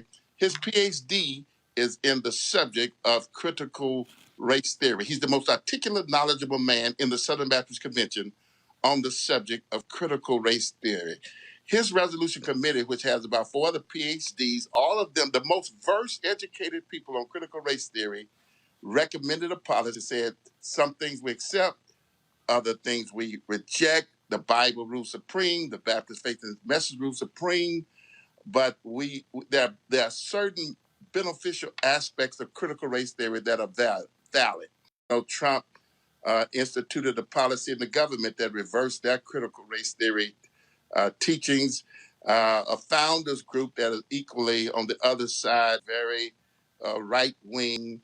And then you had 2 or 3 state conventions in the South who went against that critical race theory. So in an unprecedented way, the presidents have since decided that they want to reverse what the convention has voted on. That is rare. Here, a race theory. You're not denouncing the Proud Boys. Right. They've never denounced the lost cause theory. but you're going to denounce critical race theory that Derek Bell, a Harvard professor at one point, is the architect of this. He said it was not Marxist or communist in his nature. He did not connect his critical race theory views to critical theory, which is another discipline. They keep trying to tie those two together because critical theory does have some Marxian influence, but we are appalled that whatever you say about race in a Sunday school class now, Black Southern Baptists need to understand this. The Jeremiah Wright speech, who would determine whether his race speech that got President Obama in trouble, we remember that, would that violate this Southern Baptist policy? Nobody want to answer that question. In other words, they have put themselves in a position, particularly if they adopted this summer, as having control over what you can say in a black pulpit about race. Some of us will not accept that. This is what my pastor, Ralph Douglas West, wrote, and it's important. My wife was ordained under Pastor West, was the first education, minister under him, and this is what he wrote. And y'all can roll the video of Pastor West while I read this. To be sure, I do not offer a full-throated affirmation of all of the tenets of critical race theory and conceptions of intersectionality. Roll the video, Pastor West. Thank you very much. I am fully aware these are secular theories, rooted in notions that suggest solutions are wholly secular. I know Christ is the answer to the world and all of its ills. Of this, I have no doubt. But I take issue with the assertion that such theories are, quote, incompatible with the gospel. As their brother in Christ, as an African-American Christian, as a pastor in the Lord's church, I stand against this assessment, and I strongly disagree with the seminary presidents. He has gone so far, Pastor McKissick, as to withdraw from the doctoral program at Southwestern Theological Seminary. And this is what Pastor West also wrote. One would expect they would stand against the rise of anti-Semitism and racism seen in groups like the Proud Boys. They would stand against police violence against black bodies and stand in solidarity with the black community. They would call the names of George Floyd, Breonna Taylor, and Ahmaud Arbery, but they have not done that. Their stand against racism rings hollow when in their next breath they reject theories that have been helpful in framing the problem of racism. Are these systems spiritual and on par with the biblical text? Absolutely not. But can one secular theory helpful in human flourishing be named that is not also equally lacking? One could look at economic theories, social theories, etc. Enlightenment conceptions have been upheld despite having no root in the Bible because they still offer us some value. Very good. I mean, Christian nationalism is much more of a problem. It led to an insurrection on January 6th. People praying in the name of Jesus, holding up Christian flags, waving Bibles, breaking into the Capitol. They have never, these same 6 seminary presidents, as a council of presidents, have not denounced Christian nationalism, but yet you want to denounce a tool that's designed to create a tool to identify racism and root it out of American society. The thing here, Pastor McKissick, and let's just cut to the chase. Yes. Reverend Barber uses this term all the time. The Southern Baptist Convention, historically, has been about white slave religion. Yes. It has been about white supremacy. And the reality is, if you go through the 50s and the 60s, they were still there. They were still there. SBC standing up for Jim Crow. And if we want to be honest, there are, when you look at white conservative evangelicals in the country, they ran at anything and everything Donald Trump said, did not announce comments dealing with Charlottesville, did not announce his constant attacks on black women who are members of Congress, has not denounced any number of things that impact, because for them, whatever Donald Trump said, they stood behind. And this is an example that black folks keep saying, why you have black folks who've been leaving the SBC denomination, going to the National Baptist Convention in the USA, going to the Full Gospel Baptist Fellowship, or choosing to be non-denominational, because you got white folks at SBC who are showing the whiteness and not loving the same Jesus as black Christians. Roland, did you happen to see A Night in Miami? Did you happen to Yes, I did. One Night in Miami, directed by Regina King. Yeah, Jim Brown on that porch. That was a telling event to sort of remind me of what we're discussing right now. Jim Brown had access to the full porch, could drink lemonade on the front porch, be treated with certain dignity and respect by Bo Bridges and his daughter, but requesting to go inside and help him to move some furniture around. Right. Bo Bridges let him know that there's just a limit. The nigga can't come inside here. Well, Southern Baptist... With a smile on his face. With a smile, exactly. The Southern Baptist Convention tells us, we'll let you on this beautiful front porch. We'll even serve you lemonade. We'll even let you preside on this front porch. But, come in the house and rearrange furniture. You will not come in the guts of this place. We will set the rules about race, the parameters, the doctrine on race, and declare it incompatible with the Baptist faith and message, which means that we determine what you're saying about race is wrong. You have just become a heretic. Dude, hey, Pastor McKissick, whoever's with you, let them know we can't see the messages popping up on the phone. They don't need to keep putting a finger across the screen. So what's popping up is not showing up on the screen. So don't worry about it. People think it is, it's not. I appreciate that. All right, go right ahead. And so, yeah, that's where we are. The message they're sending to us is that you would never have full equality in the SBC. You can have the porch. We'll treat you nice on the porch. We might even let you be president, a job with no budget, no salary, no employees, no personnel. It's basically an honorary job. Most people didn't realize that. We'll let you do that from the front porch. What you will not come in is rearrange the furniture. You will not come in and set parameters. You will not. All the entity heads are white. Now I've been talking about that for years. Now I see that is by design. If we won't even let you have input into a policy we make, we're surely not going to put you in charge of presiding the policy, which means if I have a Sunday school teacher or literature, all literature that rolls out from the SBC will be filtered through this policy that says critical race theory, even the good aspects of critical race theory, will not be tolerated or accepted. So black churches have put themselves in a position now where when the non-entities send us literature, it has been had to be approved and its parameters were set by somebody who didn't look like us. That's Ralph West, Charlie Days Miller said, that's a pill we cannot swallow, will not swallow. And some asking me, why are you waiting until June? That's a very good question. I'm hope for a miracle, but they're overturning, don't miss this, Roland, PhD, Curtis Morris, smartest black man on this issue in the entire convention, not of our race, period.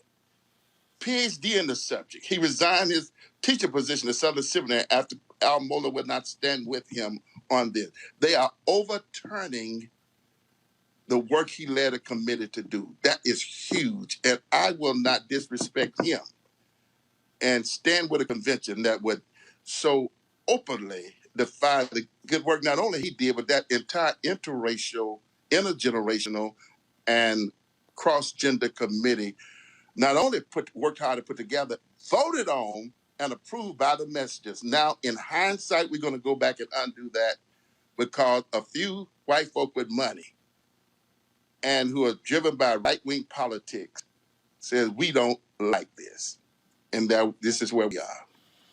Well, Pastor McKissick, we'll be following this story, and we'll see what you decide to do. Thank you so much, my friend. Good talking to you. I appreciate it. You take care. Let's go to my panel here. Lee, isn't this a fundamental problem with white conservative evangelicals? They have no clue about black folk. They don't want to actually hear. The fact that these seminary presidents would make this decision and not even consult any black pastors, that's an insult. Well, I think I would prefer my preachers to be less involved in politics and more involved in religion. But I would point to the Bible as plenty of an example of critical race theory. Look at Galatians 3:28. They're neither Jew nor Gentile. There are lots that in the source of the material that we could look to. But and is this the problem of white conservative evangelicals? Isn't this problem that they are more white conservative and less evangelical? Isn't that the problem? I think the problem is making a racial issue out of something that be religion. So I would say no, that this isn't a problem. You've got 15 million members of the SBC. What's not a problem? 400,000 of them are black. I think if we want to stick to, and this is their argument is, and I think it's a good one, is we're teaching what the Bible says. We don't need outside material. If I go to Mass and my priest opens up the Jim Crow set of the Bible, that's the real problem. The real problem is not a focus on religion, on the text, on the words of the Scripture. That's something that we should encourage. And to seem somehow that we have to bring in critical race theory, which I have my graduate work before I went to law school, is in women gender studies. So I have a very storied background in critical race theory. I'm very well aware of what it teaches, and I don't think it's the place in the church. I think if you want to have a book club or you want to do something like that on a college campus, that's a different story. So do you also condemn these white conservative evangelicals who stand in the pulpit, who prayed against by-election, who prayed to overturn the election for Donald Trump? Isn't that politics pulpit? No, I agree. I mean, I definitely don't think, again, I don't care what color you are, although it seems to be that we have to make it about white versus black. No, Lee. We don't make it about white versus black. They make it about white versus black, Amisha. And they always have. Like, Lee, I don't know you personally, but this whole argument has been, quite frankly, disgusting. And I say that because the white evangelical church in this country has, for the longest, since its inception, divided America. The most divided place in America is the church on Sunday. And what we know is taught by and what they stand by in the white evangelical church the longest has been everything that is against diversity. We know that many of them also stood part and parcel to the KKK, anti-civil rights. They were largely the people who stood by holding slaves. And today they're largely people who were also found leading this insurrection. So let's not pretend like this is anything different. We saw Paula Wright. We saw, Liberty University leaders who are now, gone off in some stage of infamy. We've seen this time and time again from evangelical leaders of the white church who have never come to grips with the issue of race. They don't want to have the conversation. They want to shut anybody else down who does, but they have absolutely no problem in standing by when discriminatory laws pass and actually pushing them themselves. Like, this is something that really matters. And I think as someone, me, who went to Belmont University, which is a very large Christian university in the South that used to be run by the Southern Baptist Convention, they broke away from them because they refused to have anyone on the board of the university that was a person of color. That is how, and that was in 2009. This is what we are looking at when we're talking about the Southern Baptist Convention. These are people who within their grain, a lot of their leadership has very racist tendencies, and there's no other way around it. We can argue that they need to be taught better. Maybe they just need to understand. But to be honest, many of them have blinders on, and critical race theory can be helpful. I would like to hear Republicans not talk about it like it's some type of antithesis to America or an antithesis to democracy, because race isn't antithetical to democracy. What it is part of our culture. It's part of our country. We need to have these discussions because the microaggressions, the racism, the white supremacy, those are things that have been in the country since its inception and show no real signs of stopping. Us ignoring it and not wanting to have that conversation and not face it and not pushing the religious leaders who have benefited off of it for years is ignorant. And I think that at this point, we need to make them face the music because they have no problem in standing up and using the Bible to push a lot of their racist narratives. And they have done it for decades. Anybody can pull out a verse from Matthew, Mark, Luke, or John, or anything in the Old Testament and still be absolutely fine with certain levels of discrimination across this country. And I think, quite frankly, that is disgusting and sick. And it's antithetical to the teachings of One second, Candace. For hundreds of years, the church has been a place where people have come and galvanized to deal with issues of race. This is really no different. The systematic racism that exists is something that the SBC should take seriously. But as you mentioned, Roland, they have a history of being the antithesis of a group that should be supporting people to make sure that they are treated equally. Now, I do agree in a way with Lee on some points in that they can look to the Bible for several examples. That's what's getting away from me. And if they are the SBC, whose mission is what they say it really is, and if they're going to abide by it, then they should look to the Bible to see that there is one human race and that the Bible does not separate by anything, not by race, not by sex.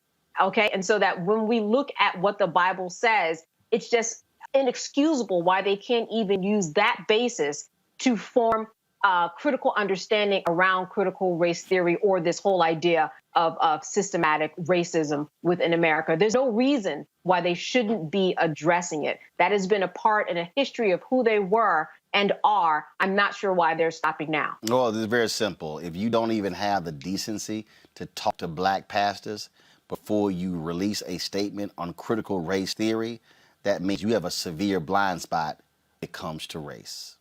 Folks, when we come back, we will talk about, give you an update on the story dealing with CBS, suspension of 2 white male executives from making racist and misogynistic comments. That's next on Roland Unfiltered. When you think about the fact that 2043, we are going to be a nation that's majority people of color. I've really focused on this a lot on television, on radio, and my speeches.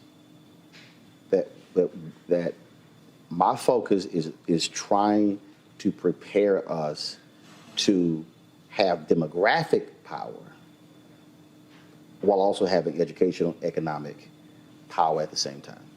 Because there's nothing worse than having demographic numbers, but then you still don't have that economic power, that political power, and education power. Well, you know, you and I think most people know and understand that education is what we've got to impress on all of our people. We've got to help people to understand that if you want a decent quality of life, if you want the kind of quality of life where you are not having to worry about your food and your nutrition and, you know, being able to pay your bills or buy a house, then you've got to become educated. The more education you have, the larger the paycheck is. And of course, we've got to be involved in entrepreneurship, taking the talent that we have to create businesses. And there's a lot of opportunity for that. Folks, yesterday we told you about NABJ calling 2 CBS executives to be fired for making alleged racist and misogynistic comments as detailed in the Los Angeles Times. We had that reporter on the show yesterday. Y'all should go to our YouTube channel to look at that particular video. Well, last night, CBS dropped this statement here, announcing those 2 have been placed on suspension. Peter Dunn, president of the CBS television station, and friend, senior vice president of the TV stations, have been placed on administrative pending the party investigation into those raised in Angeles Times report. Is committed to a diverse, inclusive, and respect where all claims are investigated. Action is taken when NABJ met with CBS on Sunday night. George Cheeks, who heads of CBS, and Marva Smalls, who's the global diversity leader for Viacom CBS, where we made perfectly clear to them that we wanted them fired and that there should be an external, third-party, independent investigation. They agreed with that. I'll be working with them to determine exactly what that investigation looks like in terms of who is going to be leading it and what is going to be the structure. This is the statement that NABJ, I participated in the writing of this statement, released today in response to last night's news. The National Association of Board of Directors applauds decision late Monday night to place executives Peter Dunn and David on administrative leave pending the investigation into misogynistic and homophobic detail in Sunday's Los Angeles. Dunn is president and friend and senior vice president for CBS station of news at WCBS TV. George Cheeks, who his television network, CBS News stations, made the announcement company-wide email to C employees. We are at the meeting with NABJ representatives. CBS leader George moved swiftly, said NABJ president broadcast Ken. It provides a level of security who told us they have irreparable damages to their. In the last 24 hours, we inundated with phone calls and social media posts, disturbing accounts of abuse and a toxic environment. In a call Sunday night, agreed with NABJ's call investigation. Complaints from staff and the board has agreed with the company on path forward. We see by CBS as the first step, said yours truly. The level against Dunn and Friend are 2, and they are in no position. Shameful conditions of CBS implied. They must go. Stories we are hearing are shocking that Philadelphia has not had a black news for 6 years. That is uncool in a city that is 10 African American. Based on information far, NABJ is on CBS to release from signed non-agreements relating to racism, misogyny, and homophobia. 10 years of Dunn and Friend, they can speak freely about their at the company. We should always stand for openness, said NABJ executive Drew Barry. The public to bring light to such situations, whether in government, corporate America, or areas that impact the community serve. Media companies immune from such scrutiny. NABJ board believes that media companies set the standard for diversity, equity, and inclusion. It is only in understanding what is happening that corrective actions can be to make for a better future. Now, Sharpton tweeted this today, saying he stands with NABJ. Nan totally supports NABJ in seeking accountability and fairness at CBS on the complaints of two former employees. Will be monitoring the investigation. Last night, the sports for the CBS affiliate in Philadelphia had this to say about comments supporting their anchor, Yuki Washington, who was also cited in the where Peter Dunn made comment he didn't like his jive talk and also criticized him for dancing on air. No. I need the sports video. Thank you. Before I go, I just want to say I've had the good fortune of working alongside some of the greats in this business at ESPN and Fox Sports. Our Yuki Washington is the most hardworking, authentic, caring, and skilled journalist I've ever been around. Yuki is our quarterback. He's the crown jewel of Philly. We support him 100%, and the good people who work at this station reject racism and misogyny in all its forms, no matter where or who it may come from. That's all for sports. We'll have more at 6. I'm Don Bell. Back to the studio. On today's broadcast, Yuki Washington and his co-worker addressed the story. On a personal note, I know that I speak for myself and on behalf of our news team. Yuki is synonymous with family. We are a family, and we will get through this just like family does, and we will all be better for it. Love you, Yuki, more than ever.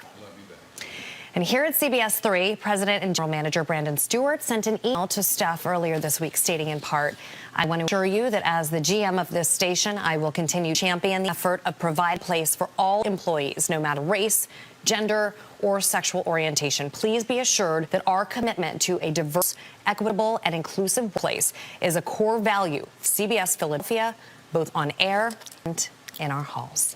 Jessica, thank you for that. On a personal note, I just wanted to thank everyone for the love and support over the past couple of days. From you at home, social media, people on the street, all my co-workers here at the station, as well as colleagues from other television and radio stations and newspapers right here in town. I'm good, keeping the faith, staying strong, and I want all of you to do the same.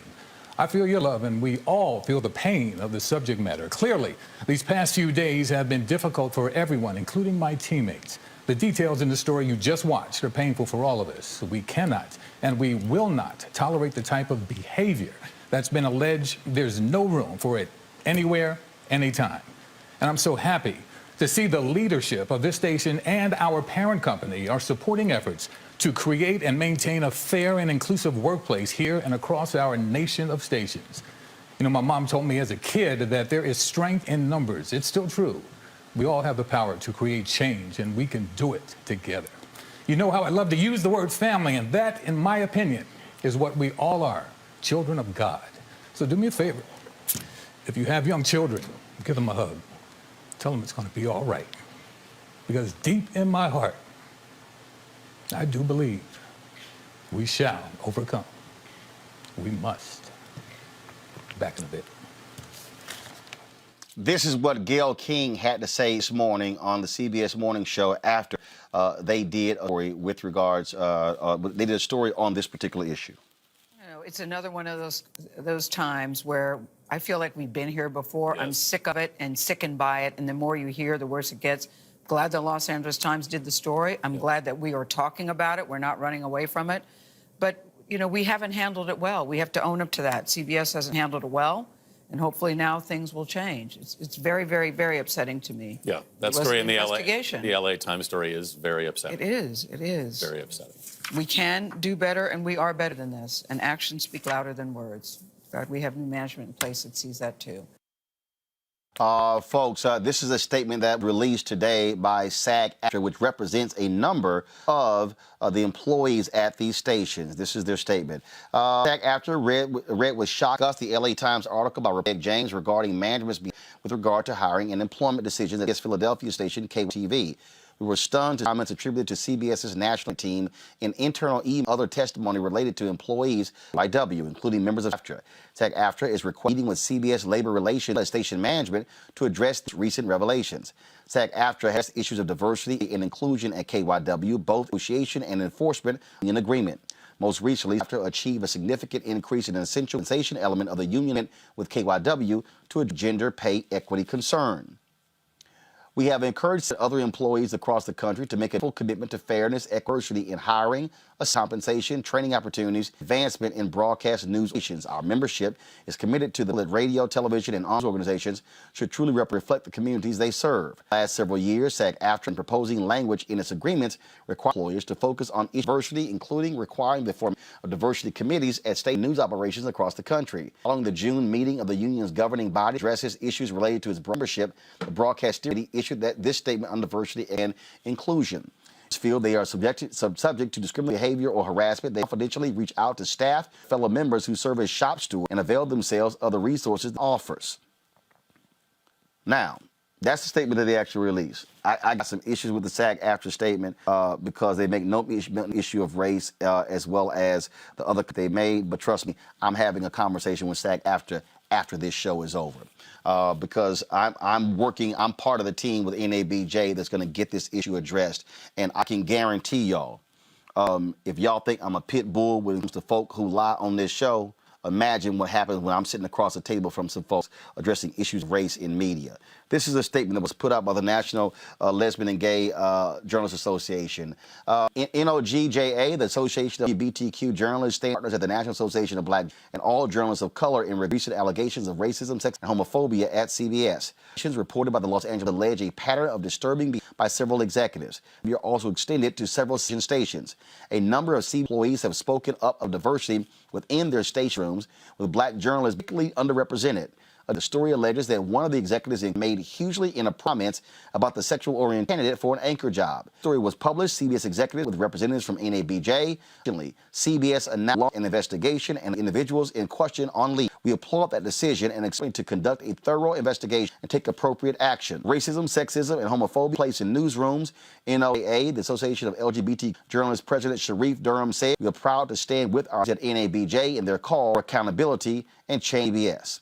Just so all of you know, I've also been in contact and communication with the NAACP, National Action Network, National Urban League, the NDP LDF, Reverend Dr. Barber and the Poor People's Campaign, the National Coalition of Black Civic Participation, Rashad Robinson with the Color of Change, as well as the Progressive National Baptist Convention, the National Baptist Convention USA, and the Divine as well.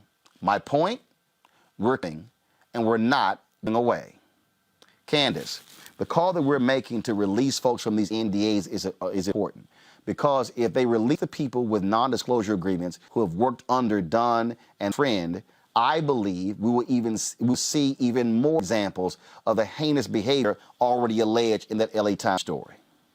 Exactly. If we think about the Me Too movement, there were women who were out there and thought, oh, maybe it's just me. But then we started to see the numbers of people, once they really avoided and disregarded their NDAs and said, I don't care, I'm coming forward. And we saw the power in numbers. Listen, it was raining men then. Get out your umbrellas. It's going to continue to rain men now, the deeper that this investigation goes, because there have already been people who have complained, as you know, to CBS, and the investigation team ignored these complaints. So we're going to see a lot more where this comes from. And for people who don't know it, do a Google search and see how beloved Ukee Washington is in Philadelphia. He is a star. He is an iconic figure down there. And to see him on there, to have to defend a position when all he was doing was just being a news anchor, which, Roland, you know, is so hard to do inside of a white institution. You know how difficult it is. You know the eyes that are on you.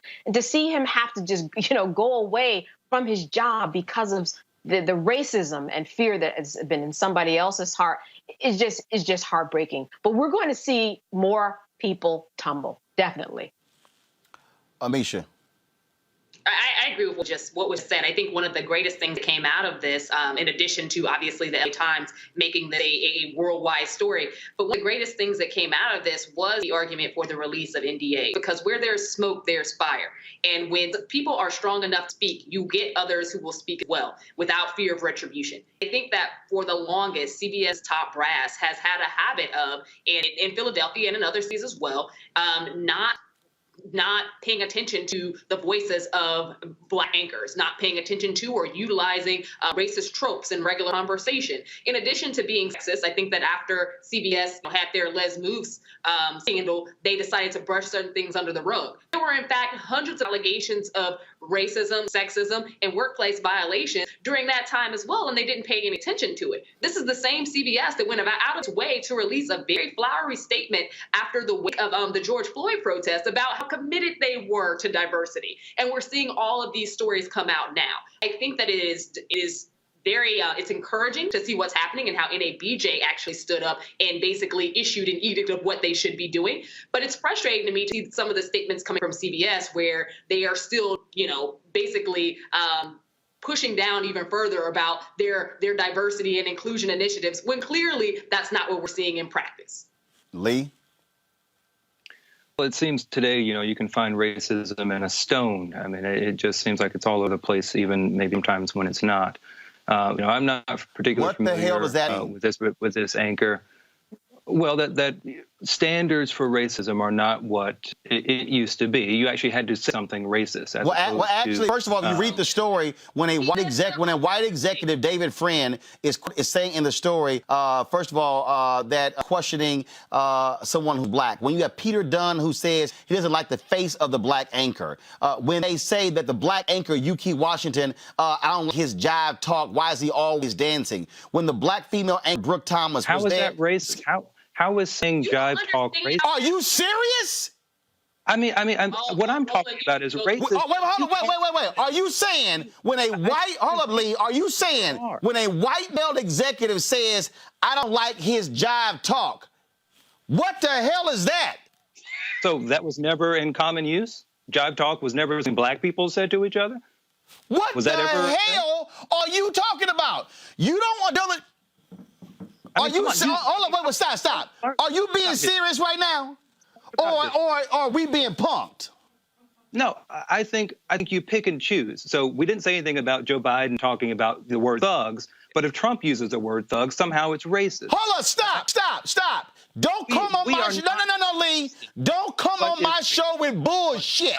When Obama used the word thug, no, Lee, no. When Obama used the word thugs against Baltimore, he got his ass lit up.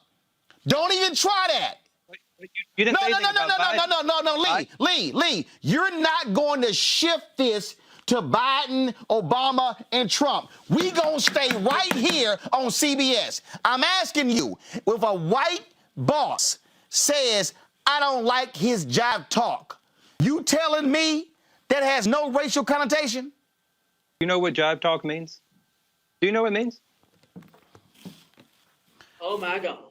I mean, because we can say, oh, well, I don't like the fact that he's wearing a red shirt. Well, I guess somehow that makes the white person racist. Hold up. So when the white male boss says, I don't like her face to the Black anchor, what does he talk about? Well, let's put it in context. Lee, you know what? Lee, hold on, Amisha. No. And ask a question. No, hell no.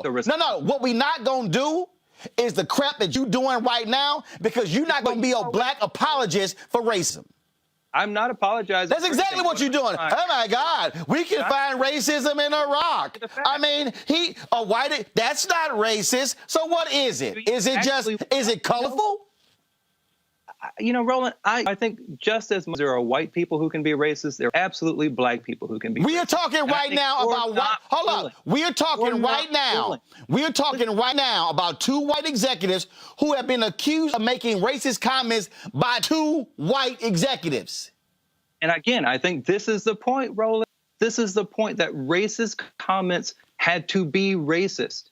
If Black people can say something to another person, or if it was in common use at a particular time, somehow today it's racist when it was not racist before. Boy, bye. And I think we can anything. Boy, bye. I don't know. Lee, you could take that bullshit to somebody else's show. Lee, that's nonsense. Lee, it's utter nonsense. What you saying right now is absolutely, undeniably ridiculous. I have dealt with employment cases where when I've worked on behalf of clients, whether that's a prison union, whether that's someone in a business, comments like that do not rise to a level of actionable racism. Candace, you're a lawyer. Can you respond to this nonsense?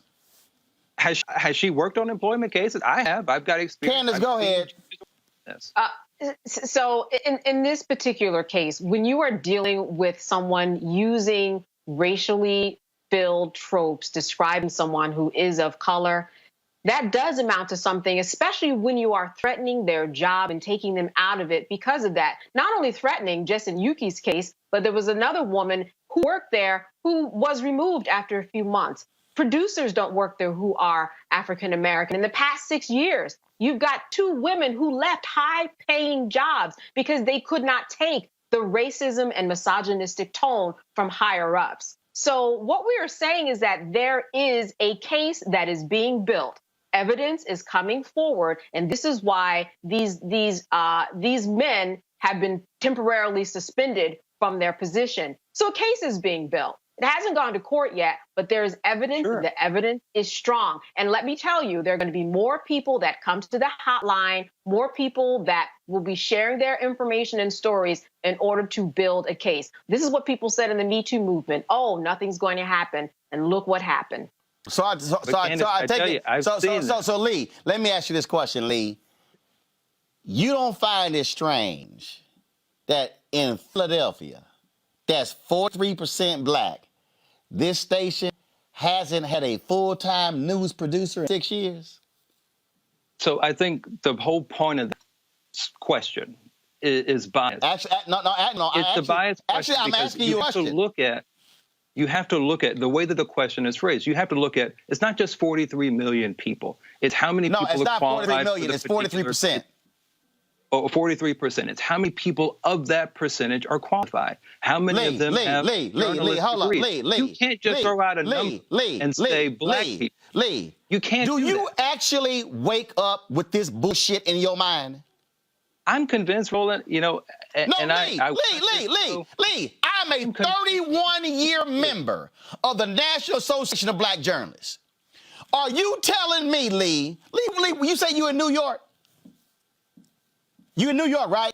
I am, yes. So if there was a law firm in New York that's a major law firm in New York City, which has the largest concentration of black people in America, and if that law firm was all white, would it ever occur to Lee to say, how y'all all white in New York City?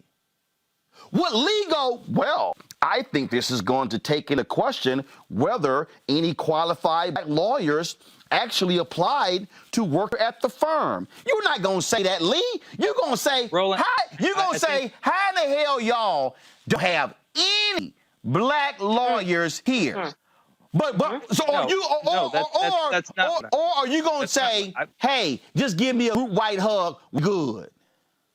Roland, I think what we have to realize is that when you make things about race that are not, hey, you Lee, look at how many people. If I see a room full of white lawyers and ain't nobody black, that ain't race? It's not, Roland, and I think that's the problem. It's just all white? It's not. It's just all white. How many people. For example, let's take your legal field. Let's take your legal example. No. I'm going to stick with the journalism. All I'm asking is this here. If I got an all-white newsroom, 6 years, not somebody left, we didn't replace them in a year. 6 years. No full-time black producers at all. You telling me that's not an indication we got a problem? Knowing full well that Philadelphia is one of the top 5 media markets in the country, and there are people all over the country eminently qualified who would love to work in Philadelphia. Are you telling me they ain't a problem? I'm telling you, looking for a problem where there may not be one. No. Again, look at the people qualified. Look at the application. Are there applications? Lee, that's stupid. Lee, that is so stupid. Lee, no. Lee, here's why it's stupid. Lee, let me ask you a question. Lee, let me ask you a question. You don't want the answer. Lee, I'm a question. Have you ever sat down with television headhunters? I can tell you that I've been in boardrooms. No. I asked you specifically. I can tell you. No, Lee. I have answer my question. Has Lee ever sat down with television headhunters? No. I have. But that's not indicative of racism. Wait. It's not. I have. 19. Do you want to respond? Lee. I am educating you about my business, which you know nothing about. And I'm educating you on reality. You seem to 1990, board meeting, National Association of Black Journalists. We had a meeting with the top headhunters for television. Frank Maggot, all of them. They said, oh my God, we just have difficulty finding qualified black producers. The nonsense you just said. Sitting to our right was Callie Crossley. Callie Crossley was the top producer for medicine at ABC's 2020. Callie Crossley, Oscar-nominated producer for Eyes on the Prize. Callie Crossley then said, how many do y'all need?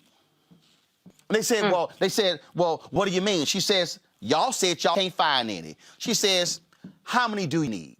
Give your category of. This is exactly I'm not done. What I'm not meant. done.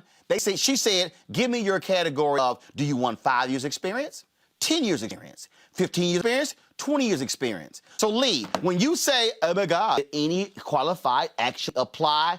Yes.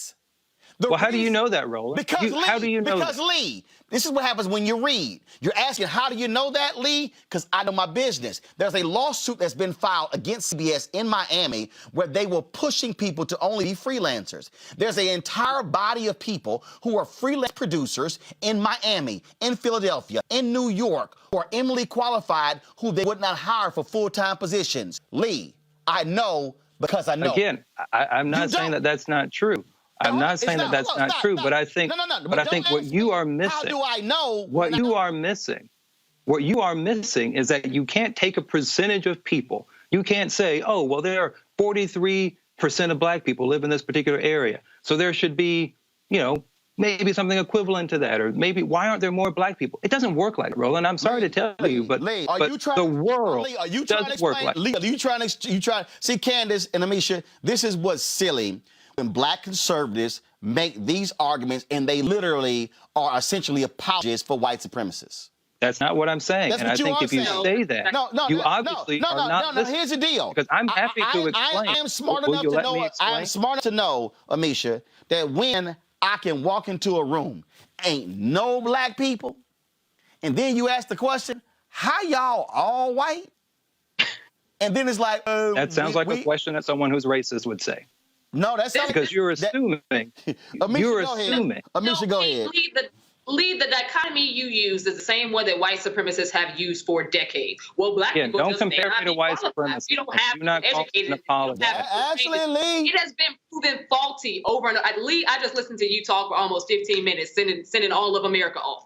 So apparently, you haven't learned anything. Anyhow, what we have heard time and time again from people who do not want to hire black people is that they cannot find qualified black people. That has been proven faulty time and time again. As a fellow member of NABJ and somebody who has worked in various news stations, what I have seen is talented black person after talented black person not get the same type of review as you would somebody who is not black. Black people who've been told, oh, you can't come on because you don't have a certain look, which means that look is your skin tone. So when you look at something like what we saw at CBS, where they're talking about jiving and dancing and all of that, I have no understanding in my head as to why you as a black man don't understand how that's offensive. But flow by your own boat. Anyway, because I think you're just too sensitive. Who are of color can see that when a white person says that, they are saying it to diminish you. They are saying it to diminish your talent. It was used as a trope against a man who was known in his community, who was esteemed in his community, who had a legacy of career wins. This was not something that was said in a joking manner. This is something that he said over and over again. And it is a pattern of behavior that was done by executives at CBS to shut out black people. And I think that for a Black man to sit up here, regardless of what political stripe you are, you may be a conservative, fine and good, whatever, but you cannot, in good faith, be here and talk as though racism does not exist in these situations. You cannot argue let me tell you that. this. Amisha, go ahead. Cannot. Hold up. You cannot. Wait, hold up. No, hold up, Lee, hold up. I'm gonna go to Candace. Candace, this is very interesting. If I went into a neighborhood and I said, well, let's say I went to a mortgage office. I said, let me ask y'all a question. How is it that every loan you sign is for white folks? How is it? And then if I say, how are you in a diverse city and every loan you process is white?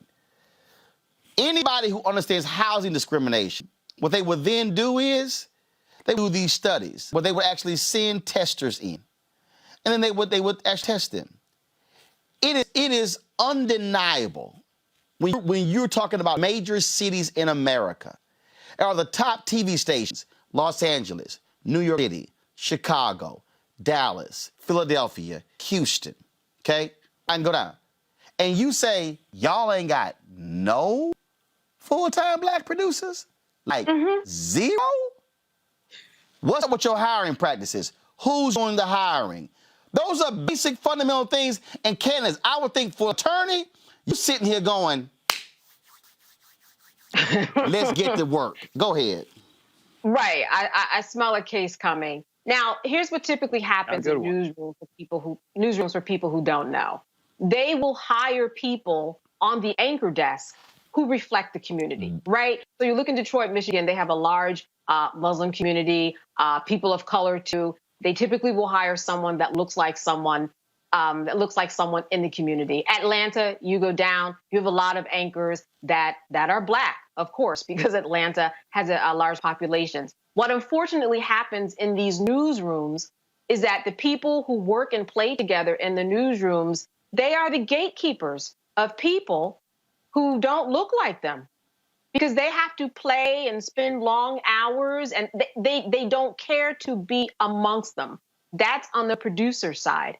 On the other side, Black women especially have always had to negotiate the way that they looked on air, from their hair to their size to the width of their nose. There's always been something where executives have had something to say, which is why often when you are in these newsrooms, you're the O&O. You're the one and only, all right? It's not just, at different levels of operations and different, in academia, that's how it happens. Here is how it happens on boards of big companies. That's just how it happens. There has to be a change in the infrastructure, a change in the system, so that people can understand that their mentality and saying, oh, I can't find someone who's qualified for this job is grounded and rooted in racism. Lee, I have said to you before, I would like the key to the parallel universe that you are in. It seems rather you're living in it. No, wait, now finish your comment, Candace. Go ahead, Candace. It's real. All right, Lee, you got 60 seconds, and then I got to end the show. Go. As someone who, is an attorney, I mean, you should know that that's just not how it works. I mean, you don't have boardrooms, you don't have law offices that are flowing with Black people or not because of racism. That's not the reality. And Amisha, I'm sorry to tell you, but you're going to have to open up a book or read the news or something, because that's not what's happening in the real world. I have 3 degrees. I've worked in news. Trust me, I have my understanding. I've been presidential administration. Don't try to check me. And I can tell you, Amisha, that you still have a lot of work left to do, because when everything is racist, you need to learn about critical race theory. You need to learn your place. The large picture. When everything is about race, and Amisha, I'm sorry to tell you, but that's what you're making it. You're making everything about race, even when it's not. Disgust me, and I'm going to tell you why. Because for you, it's not racism unless you get an N-word. Hold on, one second. Hold up, 1 second. Lee, hold up. Lee, hold up. Wait. Lee, I'm giving you 20 seconds. Amisha will have 30 seconds to respond. Candace will have 30 seconds to respond. Then I'm into the show. Go. I'm saying, as a Black man, I have no problem calling out racism when it happens, when it exists, when it happens. But when we jump on every single thing because someone said one comment or because someone thought of something, that's not racism. And we're taking it too far. Justice Scalia said an opinion that these are going to equate to living in a society with civilians. 20 seconds is up. Amisha, go. Amisha, go. Lee is one of the conservatives who feels as though unless the N-word is said or a cross is burned in your yard, it's not racism. I've heard this time and time again from Caucasian conservatives, and I think that Lee has swallowed he has drank the Kool-Aid there, and he's here spewing that same stuff. It's depressing, it's frustrating, but it's more of the same when it comes to conservatives denying that racism exists. Candace, go. Lee, if you had told Anisha in the middle of a workroom that the three of us worked in that she needed to read a book or open up a newspaper, you would be fired, and I would make sure that it would happen. And I could tell you that I would have a very good loss. That is it for us. Go ahead and do this here. Today, of course, is the 4th anniversary of the death of Kobe Bryant and his daughter Gigi. They died with others in a helicopter crash 1 year ago today. Folks all across the country, across the world, are remembering them. It was on January 26th when they were among 9 people killed in a helicopter accident in Calabasas in North Los Angeles. Kobe was 41. Gianna was 13 years old. Of course, Kobe Bryant, one of the all-time greats, is going to actually be inducted into the Professional Basketball Hall of Fame this year. A number of people have been paying tribute, baseball, basketball players, you name it, all across the place. Actress Viola Davis tweeted, "Missed in love. Heart goes out to Vanessa and family today." Now, while Kobe's wife Vanessa is questioning what happened to her and her family, she said she felt knowing that Kobe and Gigi were loved by so many. So remember Kobe and Gigi on this day. Folks, that is it for us. This is why this show is important. We have the opportunity to have the debates and to cover the issues that matter to us. I'm going to keep y'all informed of what's happening with this story with CBS. We're going to stay on top of this. And, of course, the story we discussed yesterday with Joe Anthony, his lawsuit against DDB, dealing with issue of race as well. You might want to read that story. Lee. Folks, if y'all can support Roland Martin Unfiltered, join Bring the Funk fan club. Our goal is to get 20,000 fans contributing $50 over the course of a year. That's $4.19 a month, 13 cents a day.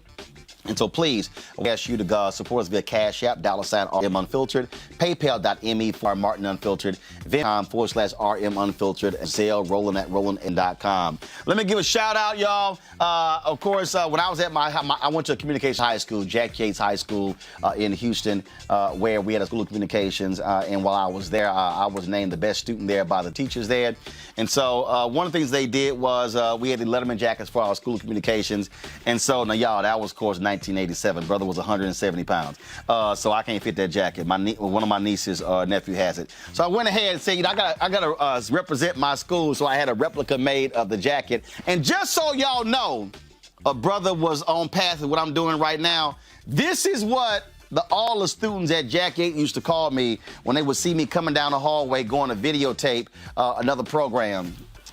That's what they would say right there. Here comes Mr. TV.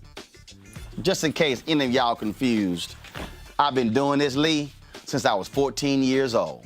Ain't a damn thing you can tell me about media. I worked in television, newspaper, magazine, radio, online, shot video, shot photos. Bruh, I know racism when That's called experience. I'll see y'all tomorrow.